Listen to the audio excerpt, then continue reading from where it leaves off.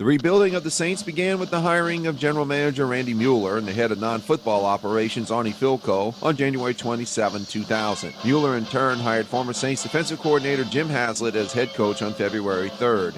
Obviously you need to find football players too. It's not track meet, but I think if you can get players that can run and do some different things, that's going to help you. The club soon after began retooling the roster with free agent signings including quarterback Jeff Blake, defensive tackle Norman Hand, wide receivers Joe Horn, Willie Jackson, and Jake Reed, tight end Andrew Glover, and safety Darren Perry. The Saints' first pick in the college draft was defensive end Darren Howard early in the second round. Saints offensive coordinator Mike McCarthy helped orchestrate a July 31st trade where the Saints sent a 2001 third-round draft choice to the Packers in return for quarterback Aaron Brooks and tight end Lamont Hall. Training camp was moved from La Crosse, Wisconsin to Nicholls State University in Thibodaux. The Saints started the campaign 1-3. Following a bye week, ex-Saints running back Fred McAfee was brought back to help an ailing special teams coverage unit. The Saints would win their next 6 in a row, where in the last of those wins at Carolina, running back Ricky Williams was lost for the rest of the regular season with an ankle injury. 1 week later, in a home loss to the Raiders, quarterback Jeff Blake was lost for the season with a lower leg injury. As a result, Aaron Brooks would start and assist the Saints the next week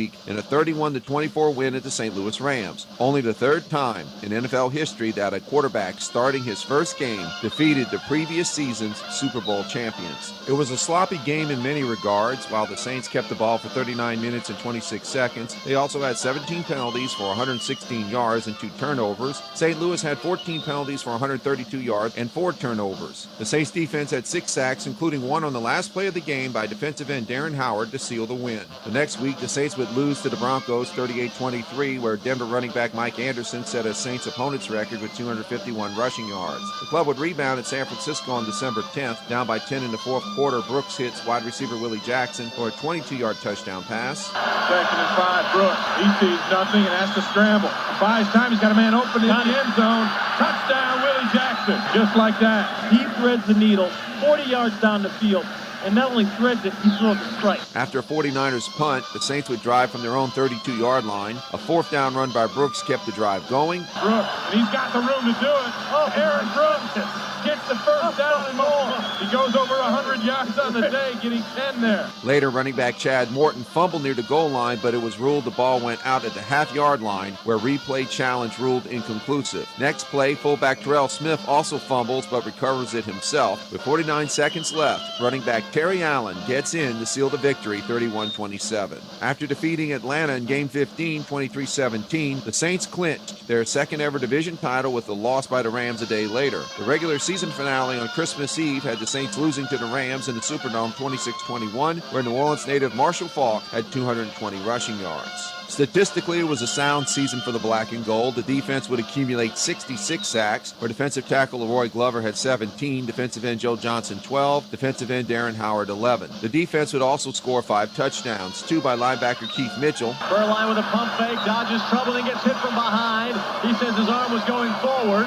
The Saints pick up the football, and there he goes. Keith Mitchell, no whistle and no flags. Keith Mitchell will go all the way for the touchdown. 1 by Darren Smith and 2 by safety Sammy Knight. Herb in the lone setback behind Chase. Chase throws it out. It's going to be picked up, and it's going to be a touchdown. Sammy Knight taking it all the way home, and the Saints jump on top. Knight also had 5 interceptions on the year. The team had a total of 20 picks. Running back Ricky Williams had 1,000 rushing yards. Wide receiver Joe Horn, 1,340 receiving yards. Tackle Kyle Turley was first-team All-Pro, and Saints that were named to the Pro Bowl were Glover, Johnson, Mitchell, Horn, tackle Willie Rofe, and linebacker Mark Fields. Jim Haslett was named Coach of the Year by several organizations. Randy Mueller named NFL Executive of the Year. After an 8-year postseason absence on December 30th, 2000, the Saints would host the Rams in a first-round playoff contest. Some felt the Saints were at a disadvantage with several starters from earlier in the season out with injury, including linebacker Charlie Clemens, who was lost before the regular season with an Achilles tendon injury. This was further compounded when wide receiver Joe Horn was lost in the first quarter of the postseason contest with a leg injury. After a 10-7 halftime lead, wide receiver Willie Jackson stepped up with 3 touchdown catches as the Saints dominated into the early fourth quarter 31-7.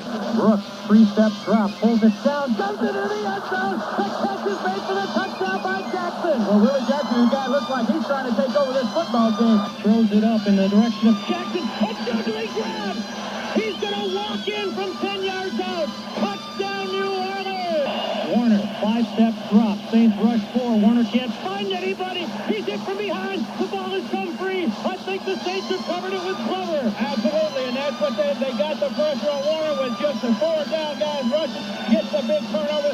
3-step drop. He guns it into the end zone. Touchdown Jackson. His third of the second half. From there, the Rams would slowly come back with touchdown passes to wide receiver Ricky Prohl and Marshall Faulk, plus a quarterback Kurt Warner run to pull within 3. Turnovers were also a factor in keeping this game close, with Rams having 5 and the Saints 2. But the play most Saints fans will remember occurred with 1:51 remaining, as Jim Henderson calls it. Going on 4th and 14, will punt it away. He hangs it very high, angling it for the near sideline. Hakeem drops the ball! Hakeem drops the ball! Brian Milne might have fallen on it at the 10-yard line. You gotta be kidding me.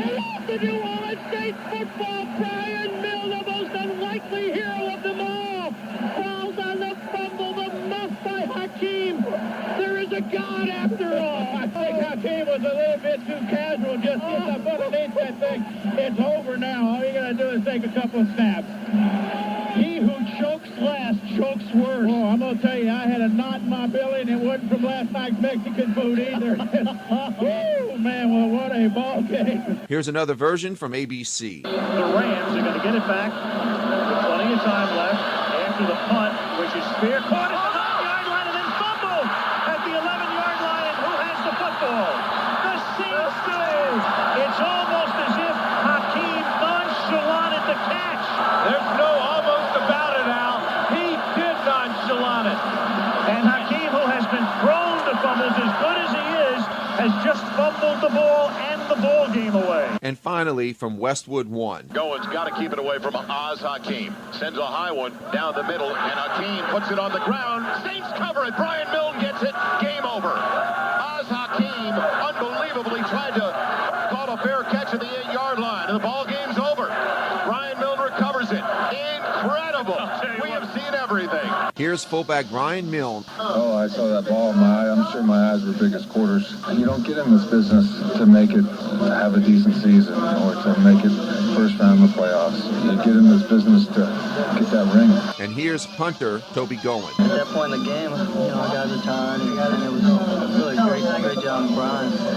He could have let up a little bit, but he hustled down, and one little mistake, it really ended up costing him. Ironically, Brian Milne would only play for the Saints this one season, but his place in black and gold history is secure in sealing the club's first ever playoff win, 31-28. A week later, the Saints would be eliminated from the playoffs in a 34-16 loss at the Vikings, a contest where running back Chad Morton would tie an NFL postseason record with 13 receptions. He would also have 106 receiving yards, with Willie Jackson getting 125. Ironically, the Vikings would also have dual 100-yard receivers in Randy Moss, 121 yards and 2 touchdowns, and Chris Carter, 120 yards and 1 touchdown. It was a tough loss, but a great season symbolized by players who stepped up in the face of others' adverse injuries and finally brought the Saints to the next level. On January 12, 2001, the Saints notified the state of Louisiana that they wanted out of their lease. Some of the underlying issues included cleaning of the Superdome, along with various taxation issues. By mid-May, the state had made a new offer to the Saints, which was turned down. Then on June 26th, the state canceled its negotiations with the state, and rumors were circulating that the Saints may consider moving to Mississippi. Negotiations resumed, and both parties agreed to a new lease on September the 26th that the state legislature would later ratify and would pay the Saints an average of $18 to $22 million a year. The 2001 on-field situation was truly back and forth, starting with a 24-6 season opening win at Buffalo, where defensive end Joe Johnson had 3 sacks and safety Sammy Knight 3 interceptions. He would end up with 6 interceptions on the season. Linebacker Charlie Clemens returned to the lineup and had 13.5 sacks in 2001. The next week's home game versus the 49ers, along with all other league games, were canceled due to the aftermath of the 9/11 attacks. So following a scheduled bye week, the Saints would play at the New York Giants on September 30th in a highly emotional game as depicted by the pregame ceremonies.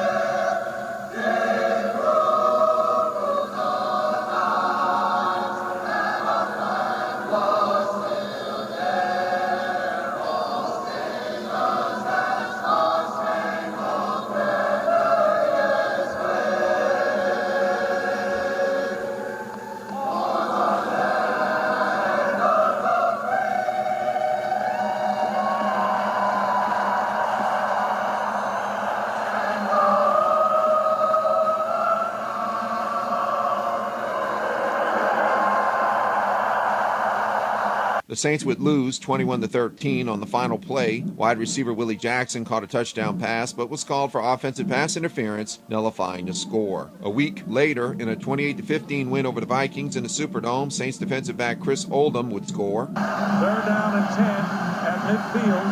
Culpepper again getting time, looking for a receiver, loses the ball. It's still loose, and the Saints have it, and they may have 6. Chris Oldham runs it in for the touchdown.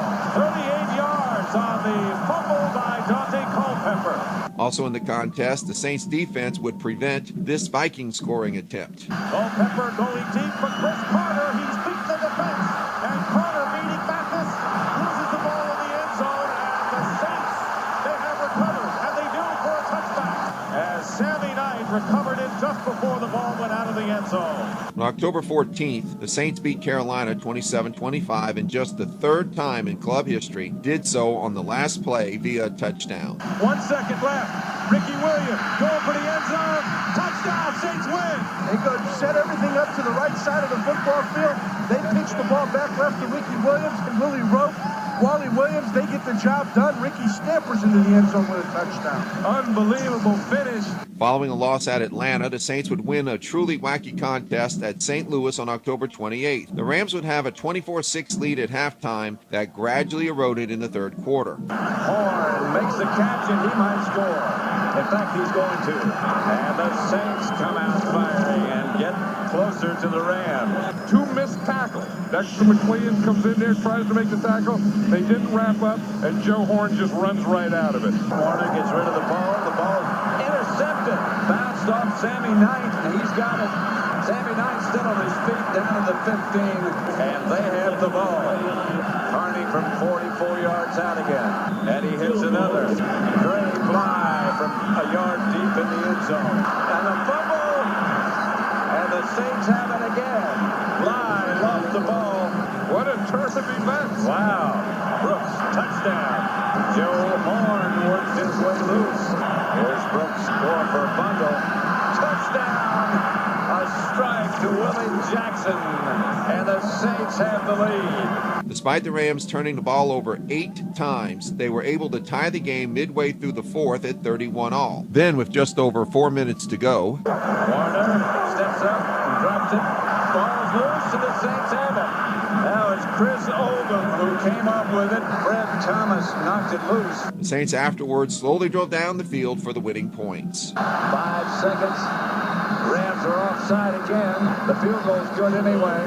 Offside, 32 defense. The penalty is declined. Field goal is good. Final score, Saints 34, Rams 31. During warm-ups before this game, tackle William Rofe did not play, for he was having difficulty putting pressure on his injured leg. He would go in and out of the lineup until being put on injured reserve 3 weeks later. On Sunday Night Football versus the Jets in the Superdome, the Saints would lose 16-9 in a defensive struggle. What's remembered most is offensive tackle Kyle Turley defending his teammate Aaron Brooks by going after Jets defensive back Damian Robinson, who wouldn't let go of Brooks' face mask. Turley came out of the scuffle with Robinson's helmet in hand and threw it across the field, resulting in his ejection. Damian Robinson has got him by the face mask, and he's just turning his head. That's a 15-yard penalty. But ripping off the headgear and throwing it all the way across the field is just losing your cool. Then, long after the play, 68 threw his helmet and had an obscene gesture. He is ejected 15 yards against New Orleans. The Saints would lose valuable field position near the goal line stemming from the resulting penalty and fall short of victory. After 10 games, the Saints were 5-5 when they would win 2 in a row. First, 27-23 at home over Carolina. That included this wacky play. Flea flicker time as Brooks is looking downfield. There's Horn. Oh, the defense there. Oh, my. A touchdown taken away by a man in a striped shirt downfield. Wow. Back judge Phil Luckett.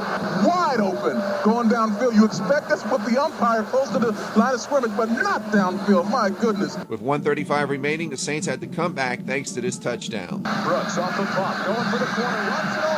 Touchdown, Joe Horn. And that play alone, and Horn doing a great job of hauling the ball in. The second win was at Atlanta 28-10, which included Saints 2001 first-round pick running back Deuce McAllister scoring his first NFL touchdown on a 54-yard run. A pivotal Monday night game would follow on December 17th versus the Rams. The Saints would lose 34-21, which was sealed midway through the fourth quarter when Aaron Brooks threw an interception to the Rams' Dre Bly near the goal line. Deuce McAllister had 163 kick return yards, the Rams' defense 5 sacks, the Saints' defense 4, but penalties ruled the game. Rams with 11, the Saints with 16 penalties for 132 yards. Following the game, the Saints would suspend wide receiver Albert Connell, their leading free agent acquisition from the offseason, for the season's remainder over allegations of stealing from his teammates. The club would take a huge slide from there, as they would lose their remaining 3 games to fall to 7-9 and give up 126 points to set a Saints record for most points given up in a 3-game stretch,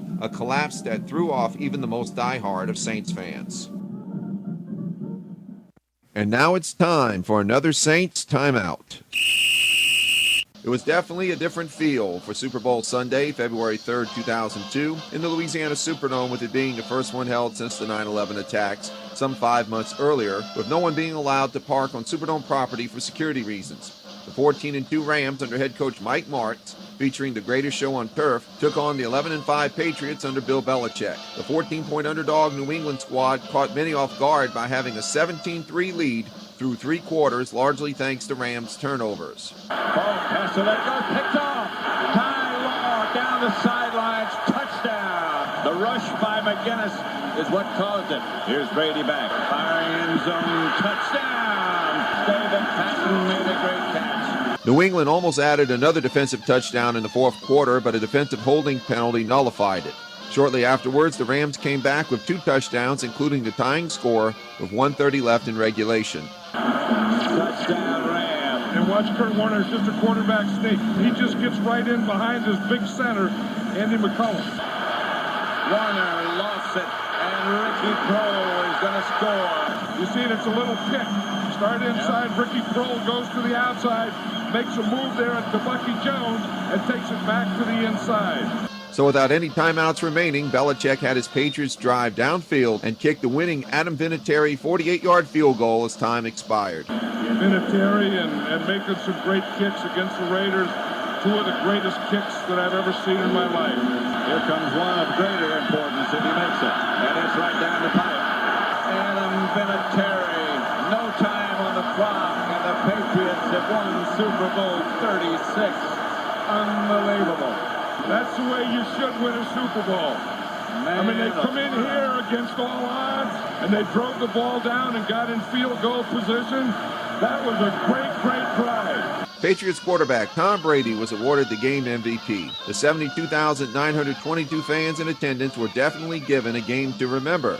The offseason leading into the 2002 campaign was filled with change, with running back Deuce McAllister becoming a starter. Ricky Williams was traded in early March to the Dolphins for 2 first-round picks. Free agent departures included defensive tackle Roy Glover and defensive end Joe Johnson. Veteran tackle William Rofe asked for and was traded to the Chiefs for a 3rd-round pick. The Saints signed free agent defensive back Dale Carter. However, he would be suspended for the first 8 games of the regular season for violating the NFL's banned substance policy. The Saints' 2 first-round college draft choices were wide receiver Dante Stallworth and defensive end Charles Grant. The biggest offseason news was the firing of general manager Randy Mueller on May 9th. Story goes Mueller was fired for not signing a 3-year contract extension with no raise. Others felt owner Tom Benson was upset over other issues, including Falcons owner Arthur Blank talking to Mueller. 4 days later, Mickey Loomis was elevated to the GM position. 1 day before the regular season opener, quarterback Aaron Brooks received a 6-year contract extension worth $36 million. The club's campaign began on September 8th at Tampa Bay, where the Bucs scored 10 points in the last 2:47 of regulation to tie the game at 20. After 2 sets of possessions in the extra period, the Bucs special teams gave away the winning touchdown. Chuba, 8 yards deep in his end zone.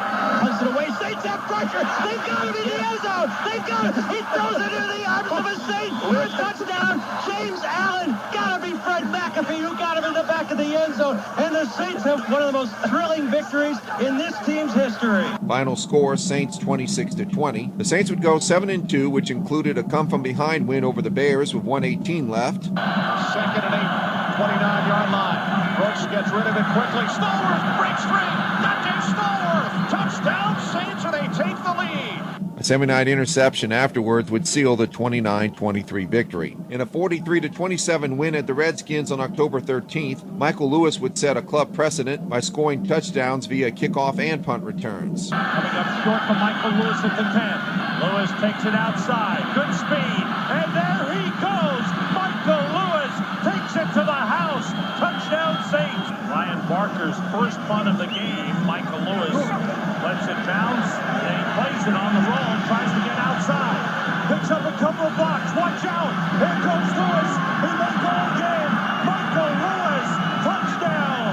His second of the game. His first ever punt return for a touchdown. 83 yards. Lewis would finish the season with 2,432 kick and punt return yards combined and make the Pro Bowl, along with wide receiver Joe Horn, running back Deuce McAllister, and special teams coverage ace Fred McAfee. On October 27th, a high-scoring contest took place versus the Falcons. Running back Warwick Dunn fumbled with 3:33 to go, recovered by Saints' Fred Thomas, allowing Deuce McAllister to give the Saints the lead with 2:26 to go on this 16-yard run. Deuce McAllister.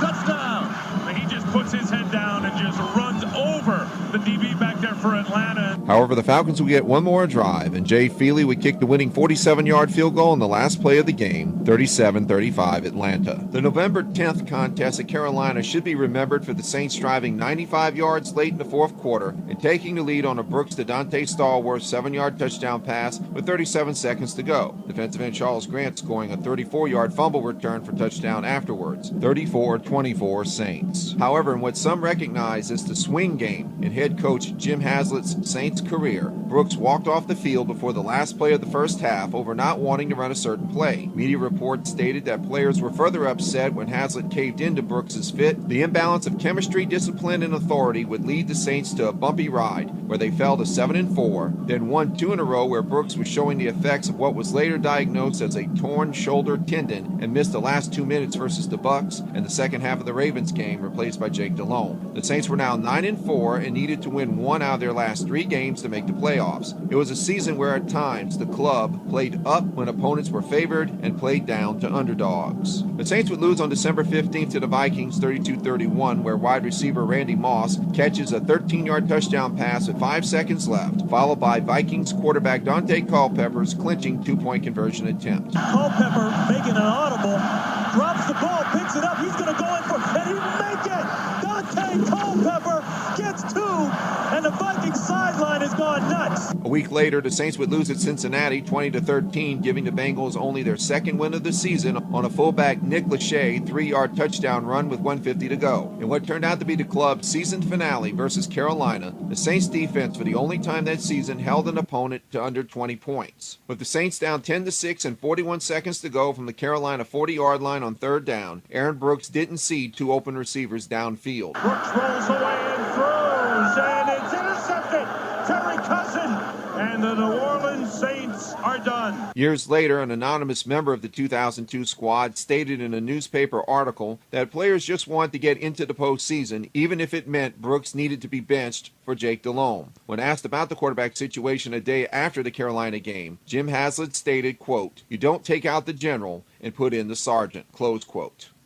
The offseason leading into 2003 saw quarterback Jake Delhomme leave in free agency for Carolina and helped them get to the Super Bowl. The Saints elected to use a 2002 updated clause in their lease with Nicholls State University to end training camp there in return for a $50,000 buyout and moved it to their Metairie training facility. The Saints started 1-4 in the regular season, which included wide receiver Dante Stallworth receiving a head injury on opening day at Seattle that some felt contributed to his limited play all season. The club's 2003 first-round draft choice, defensive tackle Jonathan Sullivan, also played sparingly, with one report stating he was allowed to miss 3 games over cutting a finger with a steak knife. On Sunday night, September 28th, the Colts won 55-21, where New Orleans native Peyton Manning has 6 touchdown passes for Indianapolis, and the Saints had 4 turnovers. Saints Radio Network host Buddy Diliberto had some interesting commentary after the game. It was the biggest embarrassment in the history of the Saints. Yes, I know they were 1-15 in 1980, but even that team didn't quit on the coach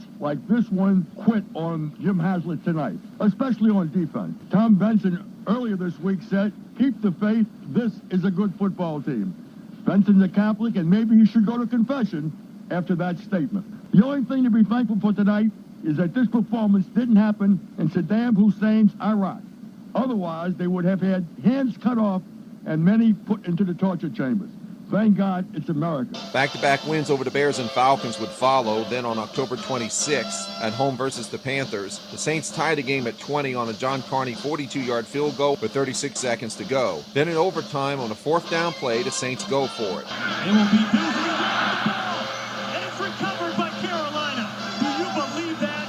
Oh, it's Julius Peppers. Look at Peppers come in and make the play of the game for this Carolina defense. The resulting turnover led to this Carolina winning field goal. 31 yards, Casey.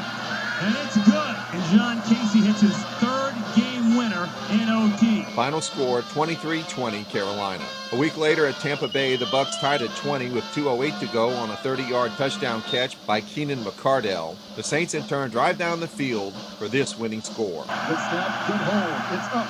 And it splits the uprights. John Carney officially from 47 yards away with 8 seconds left. After a bye week, yet another down-to-the-wire contest, this time in the Superdome on brand-new field turf versus Atlanta. The Saints were down 20-3 at halftime, but came back, and once again, John Carney is called to tie the game late. 26-yard attempt for John Carney. Berger is the holder. Spot down, kick is up, and it's good. We are tied at 20 apiece. Deuce McAllister would once again, uncharacteristically, fumble in the extra period. To get the victory, but he's got it right there and a lot more. He's still going. Deuce, 20, 15, 10, 5, and take it down right there. Ball is loose. Fumble, and the Falcons have come up with it. Gerard Bolton making a big play for Atlanta, and Matt Stewart picked it up. But the Falcons would miss the ensuing game-winning field goal attempt. Then the Saints drove down the field where Carney proved his worth once again. 36 yards out, spot down. Carney puts it on its way. It is up, it is good, and it is over. Final score, Saints 23-20. At this point, the club was 5-5 and would go on to finish 8-8, including a 45-7 win at home over the Giants, where Aaron Brooks had 5 touchdown passes, and wide receiver Joe Horn drew a 15-yard unsportsmanlike penalty for pulling out a cell phone from under a goalpost padding after scoring. You don't think he found it by accident, right? Somebody might have just left it there by accident, and he just sort of glanced at it. On December 21st, at Jacksonville, the Saints thought they had pulled off one of the most unbelievable comebacks in NFL history. Down by 7 on the last play with what was later called the River City Relay. From the shotgun, Brooks pumps, throws down the near sideline to Stallworth, and Stallworth tries to get away from some people and does to the 38-yard line. He needs a block. He needs a couple there. They're going to lateral the ball to Michael Lewis. Michael Lewis tries to stay alive. He'll lateral it to Deuce. Deuce needing help. He laterals across the field, and the Saints are going to take it in with Pathan. If this is legal, they've done it. Jerome Pathan diving into the end zone. I mean, you can't tell me that I just witnessed what I just saw take place. But it just wasn't meant to be. Pending the extra point by John Carney, and he missed. No! He missed the extra point wide right. Oh my God, how could he do that? This one is over. He just pushed it out to the right, and it wasn't even close. Final score 20-19 Jacksonville. The Saints had been eliminated from the playoffs earlier in the game when Dallas had won their contest. Deuce McAllister would set a Saints record with 9 straight 100-yard rushing games. He also had 1,641 yards. McAllister and guard Charles Bentley were named to the Pro Bowl. Aaron Brooks would lead the NFL with the lowest interception percentage, but in turn fumbled the ball away 14 times. Joe Horn had 78 receptions, and defensive end Charles Grant had 10 sacks. And now it's time for another Saints timeout. What we'll call the first incarnation of the New Orleans Voodoo Arena football team began in 1998 when Saints owner Tom Benson committed to purchasing the expansion franchise, which started play in February of 2004 in the New Orleans Arena and went 11-5 and won the Southern Division before losing 47-44 in first-round playoff action to Colorado. Head coach Mike New was named Coach of the Year, Rita LeBlanc Executive of the Year. Some of the recognized players included quarterback John Fitzgerald, fullback linebacker Dan Curran, lineman Tim Martin, safety Monty Montgomery, and wide receivers Aaron Bailey and Lamont Moore. The 2005 squad ended up 9-7 in no playoffs. Andy Kelly became starting quarterback. Monty Montgomery was cut in April of 2005 after being late for several team meetings and workouts, plus was ejected for touching officials in 2 games. Noteworthy names included linemen B.J. Cohen and Mike Landry, safety Alvin Porter, wide receivers Aaron Bailey, Tabidi Davis, Jacques Rumpf, and Carl Bond. Chris Pointer led in tackles. The team would fold for a year due to the aftermath of Hurricane Katrina, where all contracted players were sent to an expansion team in Kansas City for the 2006 season.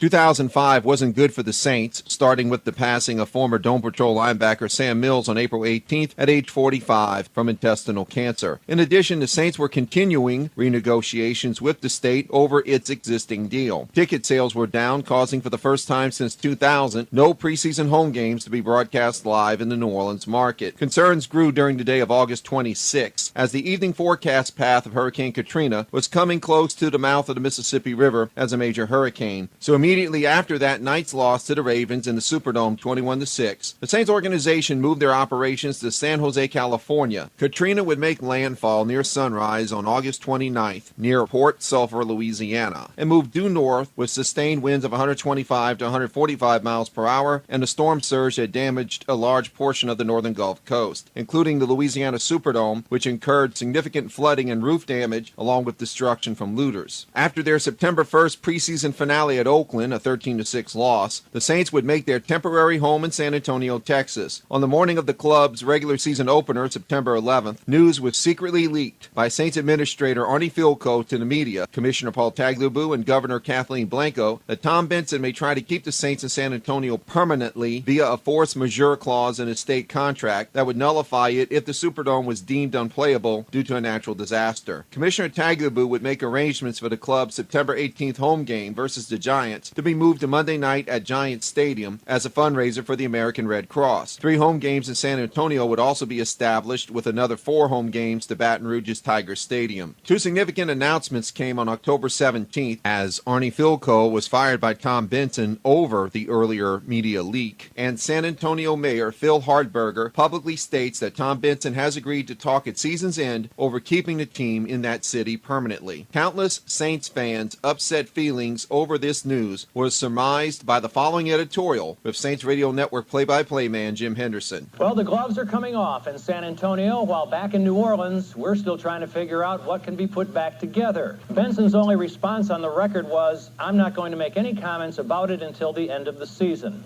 With each passing day, our displaced franchise grows more comfortable in its new temporary home. In their new surroundings, they become more isolated and less sensitive to the destruction they left behind. That's easy to understand if you don't live here, if you don't see the ravaged landscape with your own eyes, if you don't live with the uncertainty every morning brings, the fears that interrupt every night. I didn't like what I heard there yesterday from certain coaches and players about what a burden it will be on them to have to go on the road for 8 straight games, though 4 of those 8 return the Saints to Louisiana and Baton Rouge. No one can possibly say if those 4 games in Baton Rouge will be the prelude to a season-long homecoming next year while the Superdome is being repaired, or a brief hug to say goodbye to fans who embraced them for 4 decades. But if some dollars could be sacrificed while doing the right thing morally, if not the righter thing financially, it would make more sense to me. To me, that would be the legacy of a man would wish to leave behind, that of a life well lived instead of a life dedicated to the end, to living well at the expense of those who so long have provided it. A Saints fan displaced to San Antonio put it best. Taking our team now under these circumstances would be like stealing a dead man's wallet. The mayor has his hand in our pocket. I guess the choice is to report the crime or help him roll over the body to make it easier. Not long after, Commissioner Tagliabue sets up a committee to ensure NFL owners will not approve the permanent San Antonio move. In late October, Vincent had a full-page ad published in the Times-Picayune, where ironically he misspelled his old high school, St. Aloysius. The premise of the letter was to imply he wanted to return to New Orleans, but certain conditions had to be met. A quote contributed to him in the advertisement stated, "It is too early to determine, but my desire is to return to New Orleans." There was great difficulty in getting tickets to the first Baton Rouge Saints-based game on October 30th, where many fans couldn't get into the stadium until the second quarter. Some media outlets reported this was possibly a misleading attempt to show that fans didn't want to come back. It was later reported that ticket sales in San Antonio were overly inflated. Another report stated that Benson told many employees that the team's Metairie facility was destroyed by both Katrina's winds and FEMA using it for a few weeks as a distribution point. However, local media cameras clearly showed that was not the case, and the Saints could have moved back during their mid-November bye week. Many contributed the bad win-loss record to Benson's misgivings, in addition to a lack of proper facilities in San Antonio, including the club's offices for a time were in a condemned building. And once a team practice was canceled because an ROTC team was using the field for a rehearsal. The Alamo Dome wasn't always available due to other events being booked there. The media frenzy likely reached a summit on October 30th when Tom Benson attacked a TV cameraman when leaving Tiger Stadium. 3 days later, Benson sent an email to the NFL front office stating he wouldn't return to Tiger Stadium out of fear for his own and family's safety, but later that season he would return. On November 6th, ESPN's John Saunders had likely one of the best media replies to the incident. Now, I'm sure New Orleans Saints owner Tom Benson is an intelligent man, but last week he joined what I feel is one of the dumbest groups on the planet. Famous people who attack cameramen. Are they missing the obvious here? The guy has a camera. I mean, this is as dumb as trying to rob a police station. Do they think they're invisible? Maybe they'll think it's their evil twin. Maybe they think if they break the camera, there'll be no evidence. Now, Benson made his situation worse this week when he sent a memo to the commissioner's office saying he would not return to Baton Rouge for fear of harm to him and his family. Why doesn't he do what his fans used to do and wear a bag over his head? Now, please, the people of Louisiana are still too busy dealing with a hurricane to worry about a lot of hot air. Eventually, the situation would calm down, as on December 30th, the Saints agreed to come back in a formal press conference with Tom Benson at the Metairie facility. The current Saints management team has decided that returning to the practice facility in Metairie is the best interest of our football team and the right thing to do for the New Orleans community. As we move forward together, the Saints look forward to serving as a leader in the rebuilding and revitalization of our great community. 3 days later, on January 2nd, 2006, head coach Jim Haslett is fired. He attempted to step down after 12 games, but general manager Mickey Loomis refused to accept his resignation. On January 12th, Benson and outgoing Commissioner Tagliabue hold a joint press conference at the team's Metairie facility. Here's Paul Tagliabue, followed by Tom Benson. Mr. Benson's already committed beyond 2006. He's made it clear that this is not just a one-off for one season, it's a multi-year effort, but that it's going to have to be a mutual partnership and that we're going to have to develop benchmarks. Well, you know, I've committed forever as long as the community commits to me. That's all we asking. And we here, okay? And we committed. Now, let's go forward from there. 17 days after that, the NFL agrees to give $20 million to help with Superdome rebuilding. And now we'll look more at the football side of the organization. In January 2005, Saints head coach Jim Haslett fired Mike McCarthy, stating that the offensive coordinator's playbook was too complicated and too thick, wanting to simplify things for quarterback Aaron Brooks. Assistant coach Mike Shepard was elevated to the coordinator position. McCarthy later won a Super Bowl as Green Bay's head coach. In one of the more emotional games in Saints history, the club would go to Carolina on September 11th, receiving a standing ovation from the visiting fans. The Panthers tied the game with 1:07 to go on a 46-yard John Casey field goal. Then the Saints drove from their own 22-yard line and with 7 seconds left lined up for victory. Hauser to snap it. He does. Bauman puts it down. The kick is up. Has the distance, and it is good! He's hit it from 47 yards out with 3 seconds left, and the Saints have taken the lead 23-20. I'll tell you what, I mean, you could tell that it was heading that direction because all those people that were standing up in that end zone just went silent, and you knew it was going through. And I looked at it, and before the officials or anybody did anything, I saw Kenny Wilkins' hands go up in the air.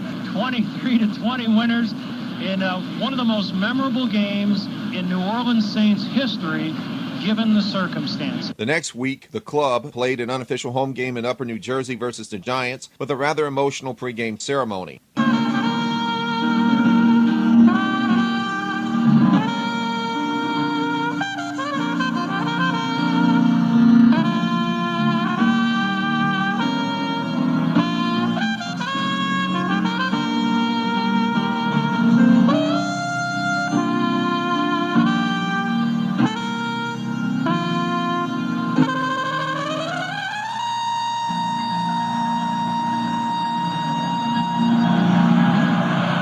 Saints would lose 27-10, with the only real highlight being running back Deuce McAllister becoming the team's all-time leading rusher. His final total after the 2008 season was 6,098 yards. Some felt Jim Haslett's public comments on this game, being played so far away from the Saints headquarters, being a terrible idea, gave his team an excuse not to play well. Those comments, combined with the overall team setup, greatly contributed to the Saints finishing the season 3-13. Some notes include October 2nd in a 52-3 loss at Green Bay, the second biggest margin of defeat in club history at the time, where McAllister was lost for the season with a knee injury. October 16th in San Antonio versus the Falcons. The Saints tied the game with 51 seconds to go on a 15-yard touchdown pass from Aaron Brooks to wide receiver Devery Henderson. Then Atlanta comes back where their initial 41-yard field goal attempt is missed, but the Saints' Tony Bryant is called for defensive holding, resulting in the Falcons' second attempt from 36 yards out to be good as time expired, 34-31 Atlanta. On November 6th, the Bears kept the football for most of the last 4:08 in the contest at the Saints' first regular season game in Baton Rouge's Tiger Stadium and kicked the winning field goal from 28 yards out, 20-17 Bears. 2 weeks later at New England, the Saints were down by 7 where they drove late from their own 22-yard line to the Patriots' 22. But with 9 seconds left, Aaron Brooks throws an interception to seal a 24-17 Patriots victory. On November 27th, the Saints hold on to a 21-19 win at the Jets with Mike Nugent missing a 53-yard field goal for New York with 10 seconds left. A week later, the Saints lose 10-3 to Tampa Bay in Baton Rouge with 1:30 to go. Aaron Brooks throws an interception to Bucs cornerback Rondé Barber, who has 3 on the day. 2 interesting developments occurred going into the team's Monday night game at Atlanta on December 12th. First, defensive end Darren Howard was suspended for the remaining 4 games over disagreements with Jim Haslett concerning the overall team setup in San Antonio. Second, Westwood One Radio's Jim Gray interviewed Aaron Brooks leading into the game, which aired at halftime, where Brooks criticized team owner Tom Benson over not spending enough money on facilities in San Antonio, and when Gray stated that Brooks' verbal support for Haslett sounded, quote, lukewarm at best, close quote, Brooks replied, quote, hey man, it is what it is, close quote. Haslett's anger upon learning of the interview led to Brooks being benched for the final 3 games, for Haslett felt all the effort he went to in defending Brooks since naming him the full-time starter in 2001 went unappreciated. The final close game of the year was Christmas Eve in San Antonio versus the Lions. The Saints take the lead with 1:55 to go on a John Carney 20-yard field goal, 12-10. The Lions then drove from their own 21-yard line and win on the last play with a 39-yard field goal, 13-12. Concern had come out on how each day the team would be based in San Antonio, the more distance on personnel would become in terms of the problems many fans and non-fans alike were going through on the northern Gulf Coast. That was symbolized after the Lions loss by guard Kendall Jaycox, who told the media that at least in San Antonio, fans don't boo. When the calendar's page would turn to 2006, a much brighter year would be on the horizon for the black and gold, with the rewards much more than even the biggest of diehards could expect.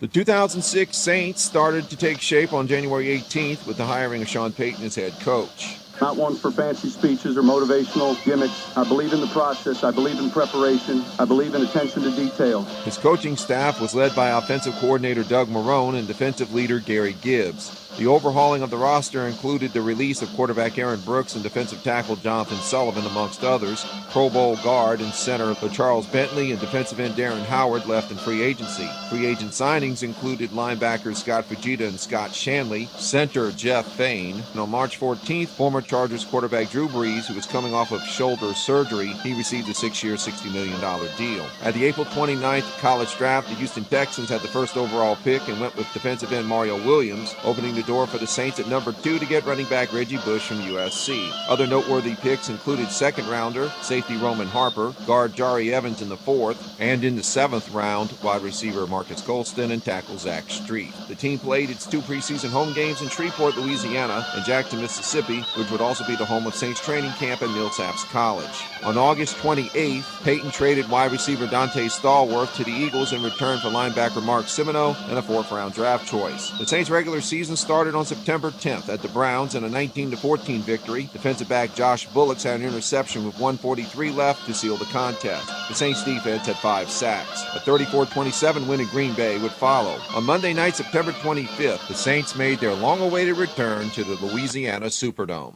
This is Jim Henderson. On October 16th, a year ago, it appeared at the time that the city of New Orleans would lose its franchise. San Antonio Mayor Phil Hardberger announced he would begin negotiations with Benson after the season, and he had been given a great deal of encouragement that a deal could be struck. Among the many emotions I felt that day was sorrow. Sorrow for a Saint fan base that I was convinced was still there. It was a fan base that was displaced by the storm, disappointed by the team's failures, and disaffected from a quarterback it could no longer root for, a coach it no longer believed in, and an owner it could no longer trust. The shame of losing the team because the fans were being blamed for non-support under those conditions would have been so unfair. I believe that if some of those impediments could be changed, most of the fans would come back. Never in my wildest dreams did I imagine that all of those impediments would be changed and all of the fans would be back in numbers greater than ever before. You know momentum was going the Saints' way when the Falcons' first possession ended at their own 29-yard line and were forced to punt. 3 and out for the Falcons and Vic. Here's Keenan to punt. It's inside the 5. It is going to be covered by the Saints for a touchdown. Oh, baby! Covered by Curtis DeLoach in the end zone. It might have been Steve Gleason who blocked it. Oh my gosh, what a moment as the Saints break on top. The Steve Gleason block became the exclamation point on the fans' enthusiasm. But the excitement wasn't done yet. With 3:04 left in the first quarter, a double reverse from the Saints' 11-yard line called the Superdome Special would also result in a score. Bush is lined up to the right as a wide receiver. They give it to him on an end around. He gives it to Devery Henderson in reverse. Breeze throws a ball in, and Henderson's to the goal line, and he is in! Razzle dazzle, baby! Razzle dazzle! Final score, Saints 23-3. Here's Steve Gleason after the game. Just drawn up well. We knew that was kind of one of their weaknesses. And bottom line, man, I'm just so proud of this team, coaching staff, the city of New Orleans. I just feel a ton of relief and joy. A loss at Carolina would follow, then a win over Tampa Bay, thanks in part to this play with 4:33 to go. That's a high floater. He's going to have some room here. Takes it up to 35. He's got a ball. Reggie Bush gets another block. Reggie Bush will score 65 yards. On October 15th, the Saints defeat the Eagles in the Dome 27-24 thanks to the Saints offense keeping the ball for the last 8:26 of the game, sealed on a Don Carney 31-yard field goal. Wide receiver Joe Horn has 2 touchdown catches and would miss playing time for much of the season's remainder stemming from injury. The Saints would slide from 5-1 to 6-4 with 3 losses to AFC North opponents Baltimore, where the Ravens defense ran back 2 interceptions for touchdowns, Cincinnati, where Breeze set a then club record 510 passing yards, plus Bengals wide receiver Chad Johnson had 190 yards and 3 touchdowns, and Pittsburgh, where the Saints lost 3 fumbles, including their last drive, where wide receiver Terrence Copper fumbles at the Steelers' 25-yard line with 39 seconds to go. The Saints picked up the pace with a win at Atlanta and at home over the 49ers 34-10, where Reggie Bush had 131 receiving yards, 3 touchdown runs, and a touchdown catch to tie the club record for most TDs in a game. Cornerback Mike McKenzie had 2 interceptions. On December 10th, the Saints traveled to Dallas, where Sean Payton used to be offensive coordinator for Cowboys head coach Bill Parcells, and the Saints walked away with a 42-17 victory, which included Drew Brees throwing 5 touchdown passes, some of which were scored by fullback Mike Carney. The fake to McAllister in the pass. Caught by Carney. Carney is playing his 44th career game. He has never touched the ball this often in an entire game. Breeze goes over the middle. That's caught at the 6-yard line. And there's Jones again for the touchdown. And here's Bush. And the Heisman Trophy winner off to the races again inside the 20. Cuts it back. Touchdown. 2nd and goal. Breeze throws. Carney again. Signals touchdown. The Saints up 35-17. And an onside kick attempt here. Jay Bellamy winds up with it. And that is caught by Henderson in between 2 Cowboys. And before they can touch him, he's into the end zone for a touchdown. Following a home loss to the Redskins 16-10, the Saints won at the New York Giants on Christmas Eve 30-7, where for only the 3rd time in Saints history they had 2 100-yard rushers in Bush and McAllister. Saints defense had 3 turnovers and held the Giants to only 6 first downs. The club finished 10-6 and claimed their 3rd ever division title, along with their 1st ever first-round playoff bye week as the number 2 overall seed.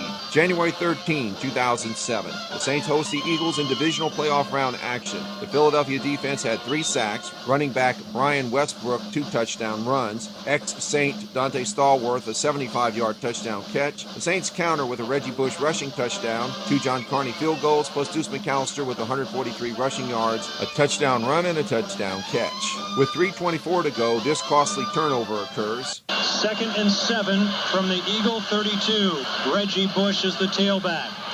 Gonna pitch it to Reggie. It goes through his hands. No. And it's covered by the Eagles at the 44-yard line.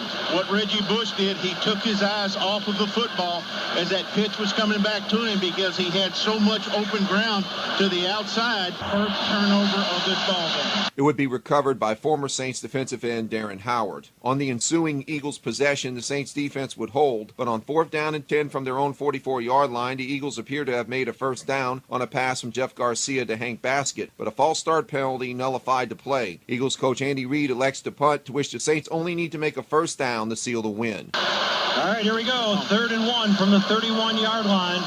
Ends in tight with the exception of Colston. Miller goes in motion. Eagles sell out on the blitz, and there's Deuce with the carry to the 36-yard line, and a Saints first down. Saints fans on their feet, hugging their neighbors. Agreement is all around. Me and you. I will go there.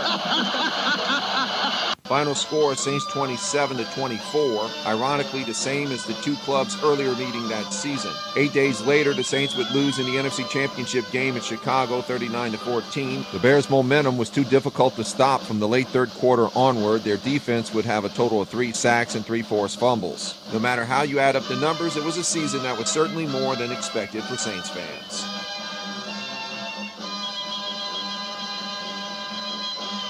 And now it's time for another Saints timeout. What we will describe as the second version of the Voodoo returned to New Orleans for the 2007 season under Tom Benson's ownership and head coach Mike New. The club started 4-4, only to falter to 5-11. Fullback James Lynch made the league all-rookie team. Quarterback time was split between Andy Kelly and Steve Belisari. Receiving leaders were Tyrone Jones, Kenny Henderson, Wendell Williams, and James Jordan. Jones and Henderson also led in return yardage. Defenders Rock Haith and Chris Brown led in tackles. Henry Taylor had 8 sacks. The 2008 Voodoo started off 7-2, but faltered once again to finish 8-8. Linebacker Norman Lejeune made the second team All-Arena and All-Rookie teams. James Lynch had 133 rushing yards and 8 touchdowns. Quarterback Danny Wimprine had 85 touchdown passes and 11 interceptions. James Jordan and Javaris Dudley each had over 1,000 receiving yards and a combined 51 touchdowns. Wendell Williams led in returns. Mikael Spicer had 6.5 sacks. Calvin Spears 7 interceptions, and Lynn J. Shell with 112.5 total tackles. On October 13, 2008, Tom Benson announces the Voodoo is ceasing operations, which reports later state was over a disagreement with the Arena League front office wanting to sell a $100 million stake to Platinum Equity, which wanted to reorganize the league into a single entity business model that would de-emphasize independent ownership of franchises. Leading into the second version of the New Orleans Voodoo, the Arena Football League decided to start making its championship game a neutral site affair where it would be put up for bid what city would host. New Orleans would end up hosting 3 of those championships, starting with Arena Bowl 21 on July 29th of 2007. The head coach of the San Jose SaberCats was Darren Arbit, and his team would defeat the Columbus Destroyers 55-33, and San Jose quarterback Mark Grebe was named the game MVP. This was also the first neutral site Arena Bowl game to sell out its seating capacity. A year later came Arena Bowl 22, which was another sellout. This had head coach Brent Muncie and his Philadelphia Soul defeating the San Jose SaberCats 59-56, where Soul quarterback Matt D'Orazio was named game MVP. Despite the Soul having a 59-42 lead with under 39 seconds left, San Jose made it close with 2 touchdowns in an 11-second span, only to fall short on a second onside kick attempt. And finally, on August 10th of 2012, Arena Bowl 25 had the Arizona Rattlers, led by head coach Kevin Guy, defeat the Philadelphia Soul 72-54, with Soul quarterback Nick DeValia being named game MVP. The offseason leading into 2007 featured the departure of wide receiver Joe Horn over failing his 2006 end-of-season physical, as well as chemistry issues with coach Sean Payton. The Saints in turn signed wide receiver David Patton. The 2007 Saints started the regular season on a Thursday night at defending Super Bowl champion Indianapolis Colts. The score was tied at 10 thanks to former Colt returned Saints free agent signee cornerback Jason David, running back a 55-yard fumble return for a touchdown. The Colts and quarterback Peyton Manning won 41-10 by targeting David in the second half and gave a blueprint to opposing offenses during David's two-year Saints career. The Saints fell to 0-4, which included a home contest on October 7 versus Carolina, where Saint Olindo Mare missed a 54-yard field goal with 2:19 left, allowing for the Panthers to use the clock and win the game 16-13 on a last play John Casey 52-yard field goal. The Saints signed Mare, for he had a stronger leg than John Carney, but an apparent hip injury left him rather erratic. He would be placed on IR with 3 weeks left in the regular season and replaced with Martin Gramatica. The club rebounded to win their next 4 in a row, including a 41-24 win over Jacksonville, with the Saints defense having 3 interceptions, which included a cornerback Mike McKenzie's 75-yard interception return for touchdown. The Saints lost the next week in the Superdome 37-29 to the Rams, who scored 34 unanswered points. St. Louis featured ex-Saints head coach turned defensive coordinator Jim Haslett. The Saints would falter to finish 7-9. The game that symbolized the frustrating season was December 2nd versus Tampa Bay. The Saints took a 1-point lead with 3:15 left in the third quarter, thanks to cornerback Mike McKenzie. McCown gets it off, throws, it's intercepted by Mike McKenzie. He's got blockers. McKenzie all the way, touchdown Saints. The run back covered 53 yards. With 3:52 left in the game, defensive end Will Smith scored a safety to put New Orleans up by 3. The Bucs free kick to the Saints, and with 3:36 to go from the Saints' own 49-yard line, Reggie Bush, loose ball. Bucs recover the first turnover of the game. What kind of play was that? I don't get that play call. Javon Hay recovered the fumble. You got Reggie Bush trying to not hand it off, but toss it back on an end around? I don't understand that play at all. the Bucs recovered at the Saints' 37-yard line, would slowly drive down the field and score from 4 yards out with 17 seconds left. Smith motion, so does Jeremy Stevens. 3 tight ends in for Stevens. Oh, what a catch! What a catch by Jeremy Stevens for a touchdown against Jason Kraft, the man who was in for Mike McKenzie. Final score, Buccaneers 27, Saints 23. Right afterwards, Sean Payton stated it was by far the worst coaching job he had ever done in any game in his career. In the season closer, a 33-25 loss at Chicago, running back Pierre Thomas had a rare milestone. He had over 100 yards rushing with 105 and over 100 receiving yards of 121. The 2008 Saints began retooling on February 29th by trading a future 3rd and 4th round pick to the Jets in return for linebacker Jonathan Vilma. On July 21st, the Giants got a 2nd and 5th round pick in return for tight end Jeremy Shockey, who later developed a sports hernia that hampered his 2008 campaign, including missing 5 games. The Saints college draft selections included first-rounder defensive tackle Cedric Ellis, cornerback Tracy Porter in the 2nd, and guard Carl Nix in the 6th round. The Saints won on opening day September 7th versus Tampa Bay 24-20. Reggie Bush catches a 42-yard touchdown to take the lead, which was sealed on this play with 44 seconds left. Intercepted by Scott Fujita. They celebrate. It's great for the New Orleans defense to be able to step up and make a stop like that. The loss followed next week at Washington 29-24. Bush had a 55-yard punt return for touchdown, and Jonathan Vilma had 16 tackles. The Redskins kept the lead for good by scoring 2 touchdowns in a 3-minute span in the 4th quarter. Washington safety Chris Horton has 2 interceptions. Another tough loss the next week at Denver, 34-32, where a 43-yard Martin Gramatica field goal attempt is missed with 2 minutes to go. Broncos linebacker Nate Webster had a 34-yard fumble return for TD. On September 28th, the Saints win at home over the 49ers, 31-17. Saints defense had 6 sacks, 2 interceptions, and a forced fumble. On Monday night, October 6th, Reggie Bush scores 2 touchdowns on punt returns. Get his hands on this one at the 30. Reggie's got 2 blocks ahead of him. Can he get him? There's 2. See you later. Touchdown. By the way, don't kick to Reggie Bush right now. They did, Mike. It was a line drive. 40-yarder. Reggie cuts it up the middle. Explodes. And Bush has no. Reggie Bush. He's done it again. Touchdown. Wow. And is later named NFC Special Teams Player of the Week. Vikings cornerback Antoine Winfield has a 59-yard blocked field goal run back for a TD. 46-yarder for the 9th-year veteran Martin Gramatica. This kick is blocked and in the air off right. Antoine Winfield will put the Vikings right to even. Touchdown.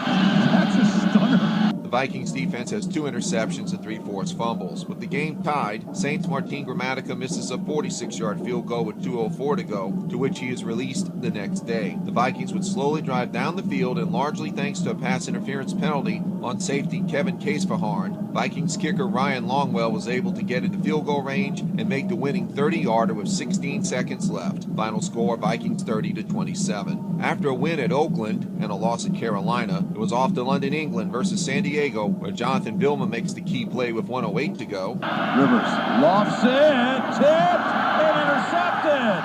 It's Vilma with the interception for the Saints. He went with the jump pass one more time. There were more people underneath playing the situation, and Jim, they finally tipped the football. It actually touched 3 different Saints. Drew Brees is named NFC Offensive Player of the Week with 3 touchdown passes. Brees takes a safety late in the game, and subsequent Chargers Big Ben pass on the last play fails. Final score, Saints 37-32. Saints punter Steve Weatherford was cut over not getting a passport before the overseas trip. He was replaced with Ben Graham, who plays for the Saints just 1 game. The previous week, the Saints brought in Taylor Melhoff as the new kicker. On November 9th, the Saints lose at Atlanta 34-20. Brees has 3 interceptions, including a 95-yard run back for touchdown by Falcons' Chavis Jackson. Saints have a new kicker in the contest in Garrett Hartley and a new punter in Glenn Pakulak. After a win at Kansas City, the Saints run over the Packers on Monday night, November 24th, 51-29, tying a then-club record for most points in a game. Running back Deuce McAllister would set an all-time Saints record in the game. 2nd and goal. They'll give it to McAllister. To the goal line, Deuce! Saints record.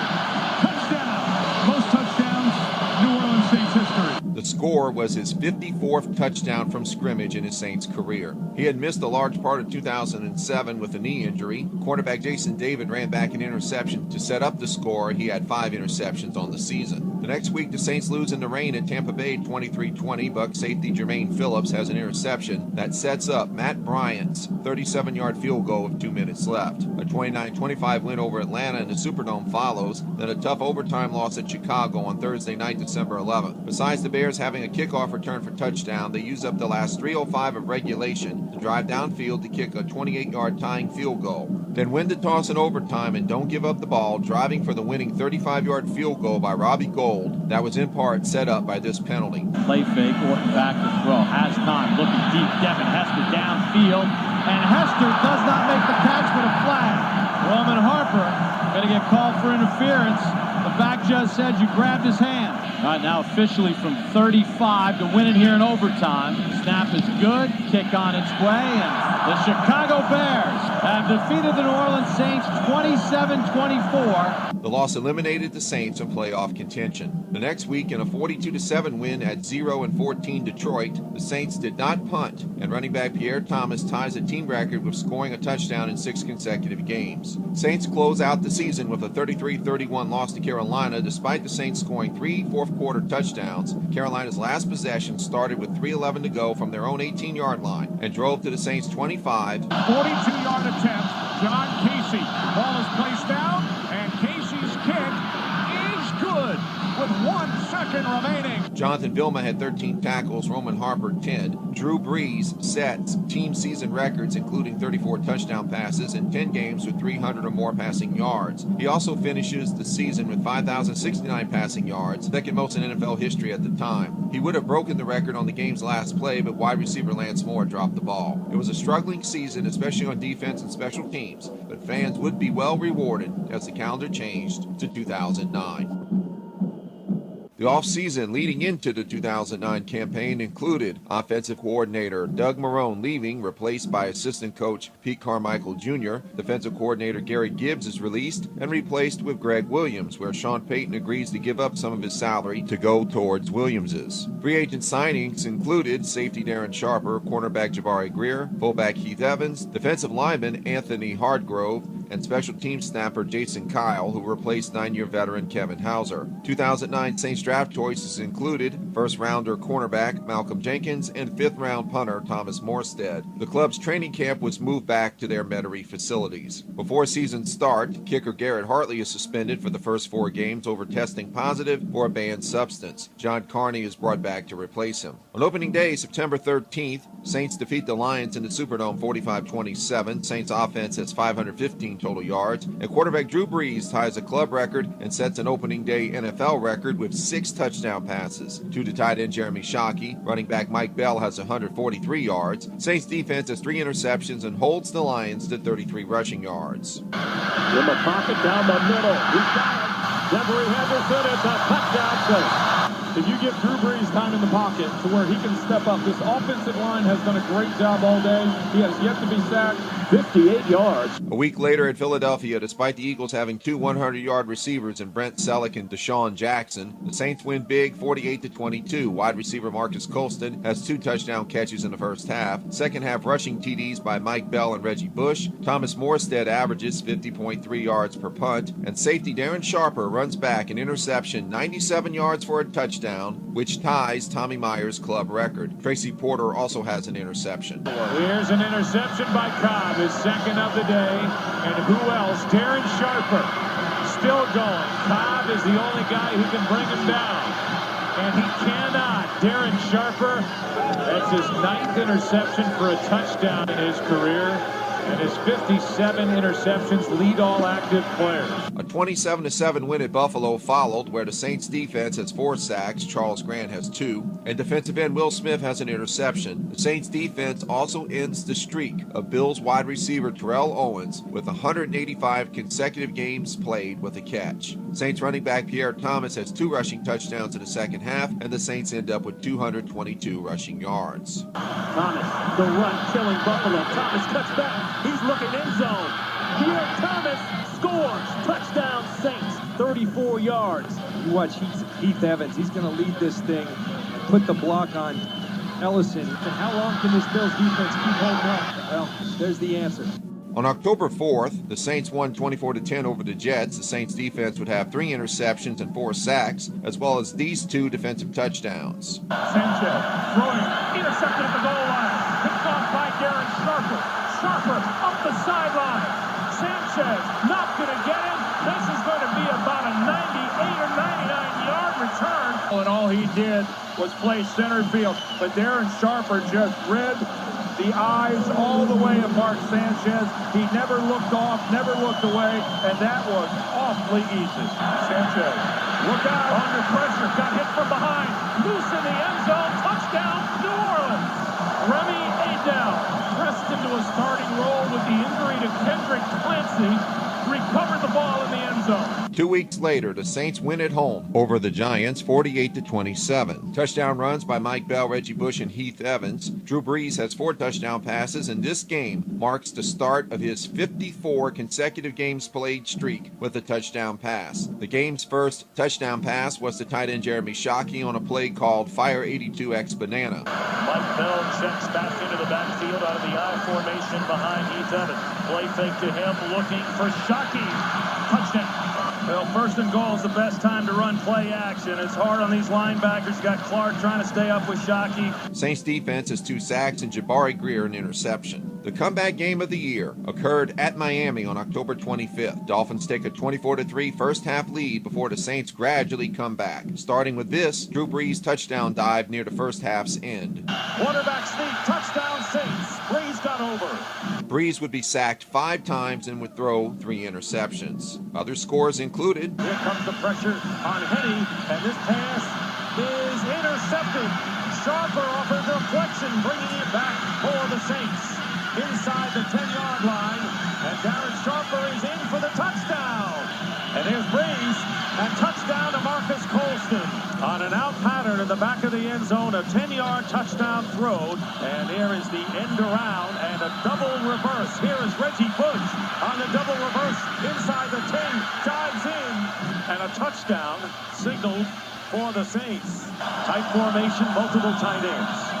Pierre Thomas and a quarterback sneak and a touchdown for Drew Brees, his second of the game, and the Saints take their first lead. Here's Henny, and this pass is intercepted by Porter, Tracy Porter down the sideline. And he'll go in for the score. It'd be a 53-yard interception return. Final score, Saints 46-34. Saints kicker John Carney becomes the fourth player in NFL history to score 2,000 career points. Ex-Saints running back Ricky Williams has 3 rushing touchdowns. Saints defensive lineman Anthony Hargrove has 2 sacks. Monday night, November 2nd at home versus Atlanta. Pierre Thomas has 2 touchdowns. Colston and Bush a touchdown each. Saints defense has 3 sacks and 3 interceptions, including this interesting 48-yard run back. Ryan, intercepted. Going the other way with Jabari Greer. Touchdown. Killer touchdown for the Saints. Falcons defense has 3 fumble recoveries, including 1 for a touchdown. The Falcons recover a late onside kick, but fall short on a Darren Sharper interception on the final play Big Ben attempt. Final score, Saints 35-27. Drew Brees throws to 8 different receivers. Falcons' Michael Turner has 151 yards, and wide receiver Roddy White 108. A week later, in a 30-20 win in the Superdome, Panthers running back D'Angelo Williams has 2 touchdowns, including a 66-yarder on the opening drive. Saints wide receiver Robert Meacham ties the game late in the third quarter at 20 on this catch. Breeze down the middle of the field. What a catch by Meacham to the end zone. Robert Meacham down the middle. Great catch and run. This young man, they've had a lot of expectations for him. I don't think he's had a bigger play in a Saints uniform than that one. The play covers 54 yards. With under 3 minutes to go to Saints punt, where the ball is down inside their 5-yard line. Shortly afterwards, the Saints would seal the win. Ball is loose. Saints have it. D'Angelo Williams fumbled the football. Touchdown Saints. Anthony Hargrove, who will get credit for the touchdown. How about that in your first NFL start? He stripped it and picked it up and scored. Saints defense has 4 forced fumbles, 3 of which turn into fumble recoveries. Defensive end Will Smith has 2 sacks. Saints tackles Jermon Bushrod and John Stinchcomb, guards Carl Nix and Jari Evans, plus center Jonathan Goodwin were named the most valuable protectors by John Madden for the 2009 season, where Drew Brees was sacked only 20 times. A somewhat amazing feat when you consider All-Pro tackle Jamal Brown was placed on injured reserve after 3 games. Others on IR during the campaign included return man Rod Harper, fullback Heath Evans, defensive lineman Kendrick Clancy, cornerback Lee Torrance, linebacker Jolon Dunbar, and defensive end Charles Grant. 7 players would be named to the Pro Bowl from this season: Drew Brees, Jari Evans, John Stinchcomb, Roman Harper, Darren Sharper, Jonathan Goodwin, and Jonathan Vilma. Evans and Sharper would be named to the first-team NFL All-Pro squad, Brees the second team.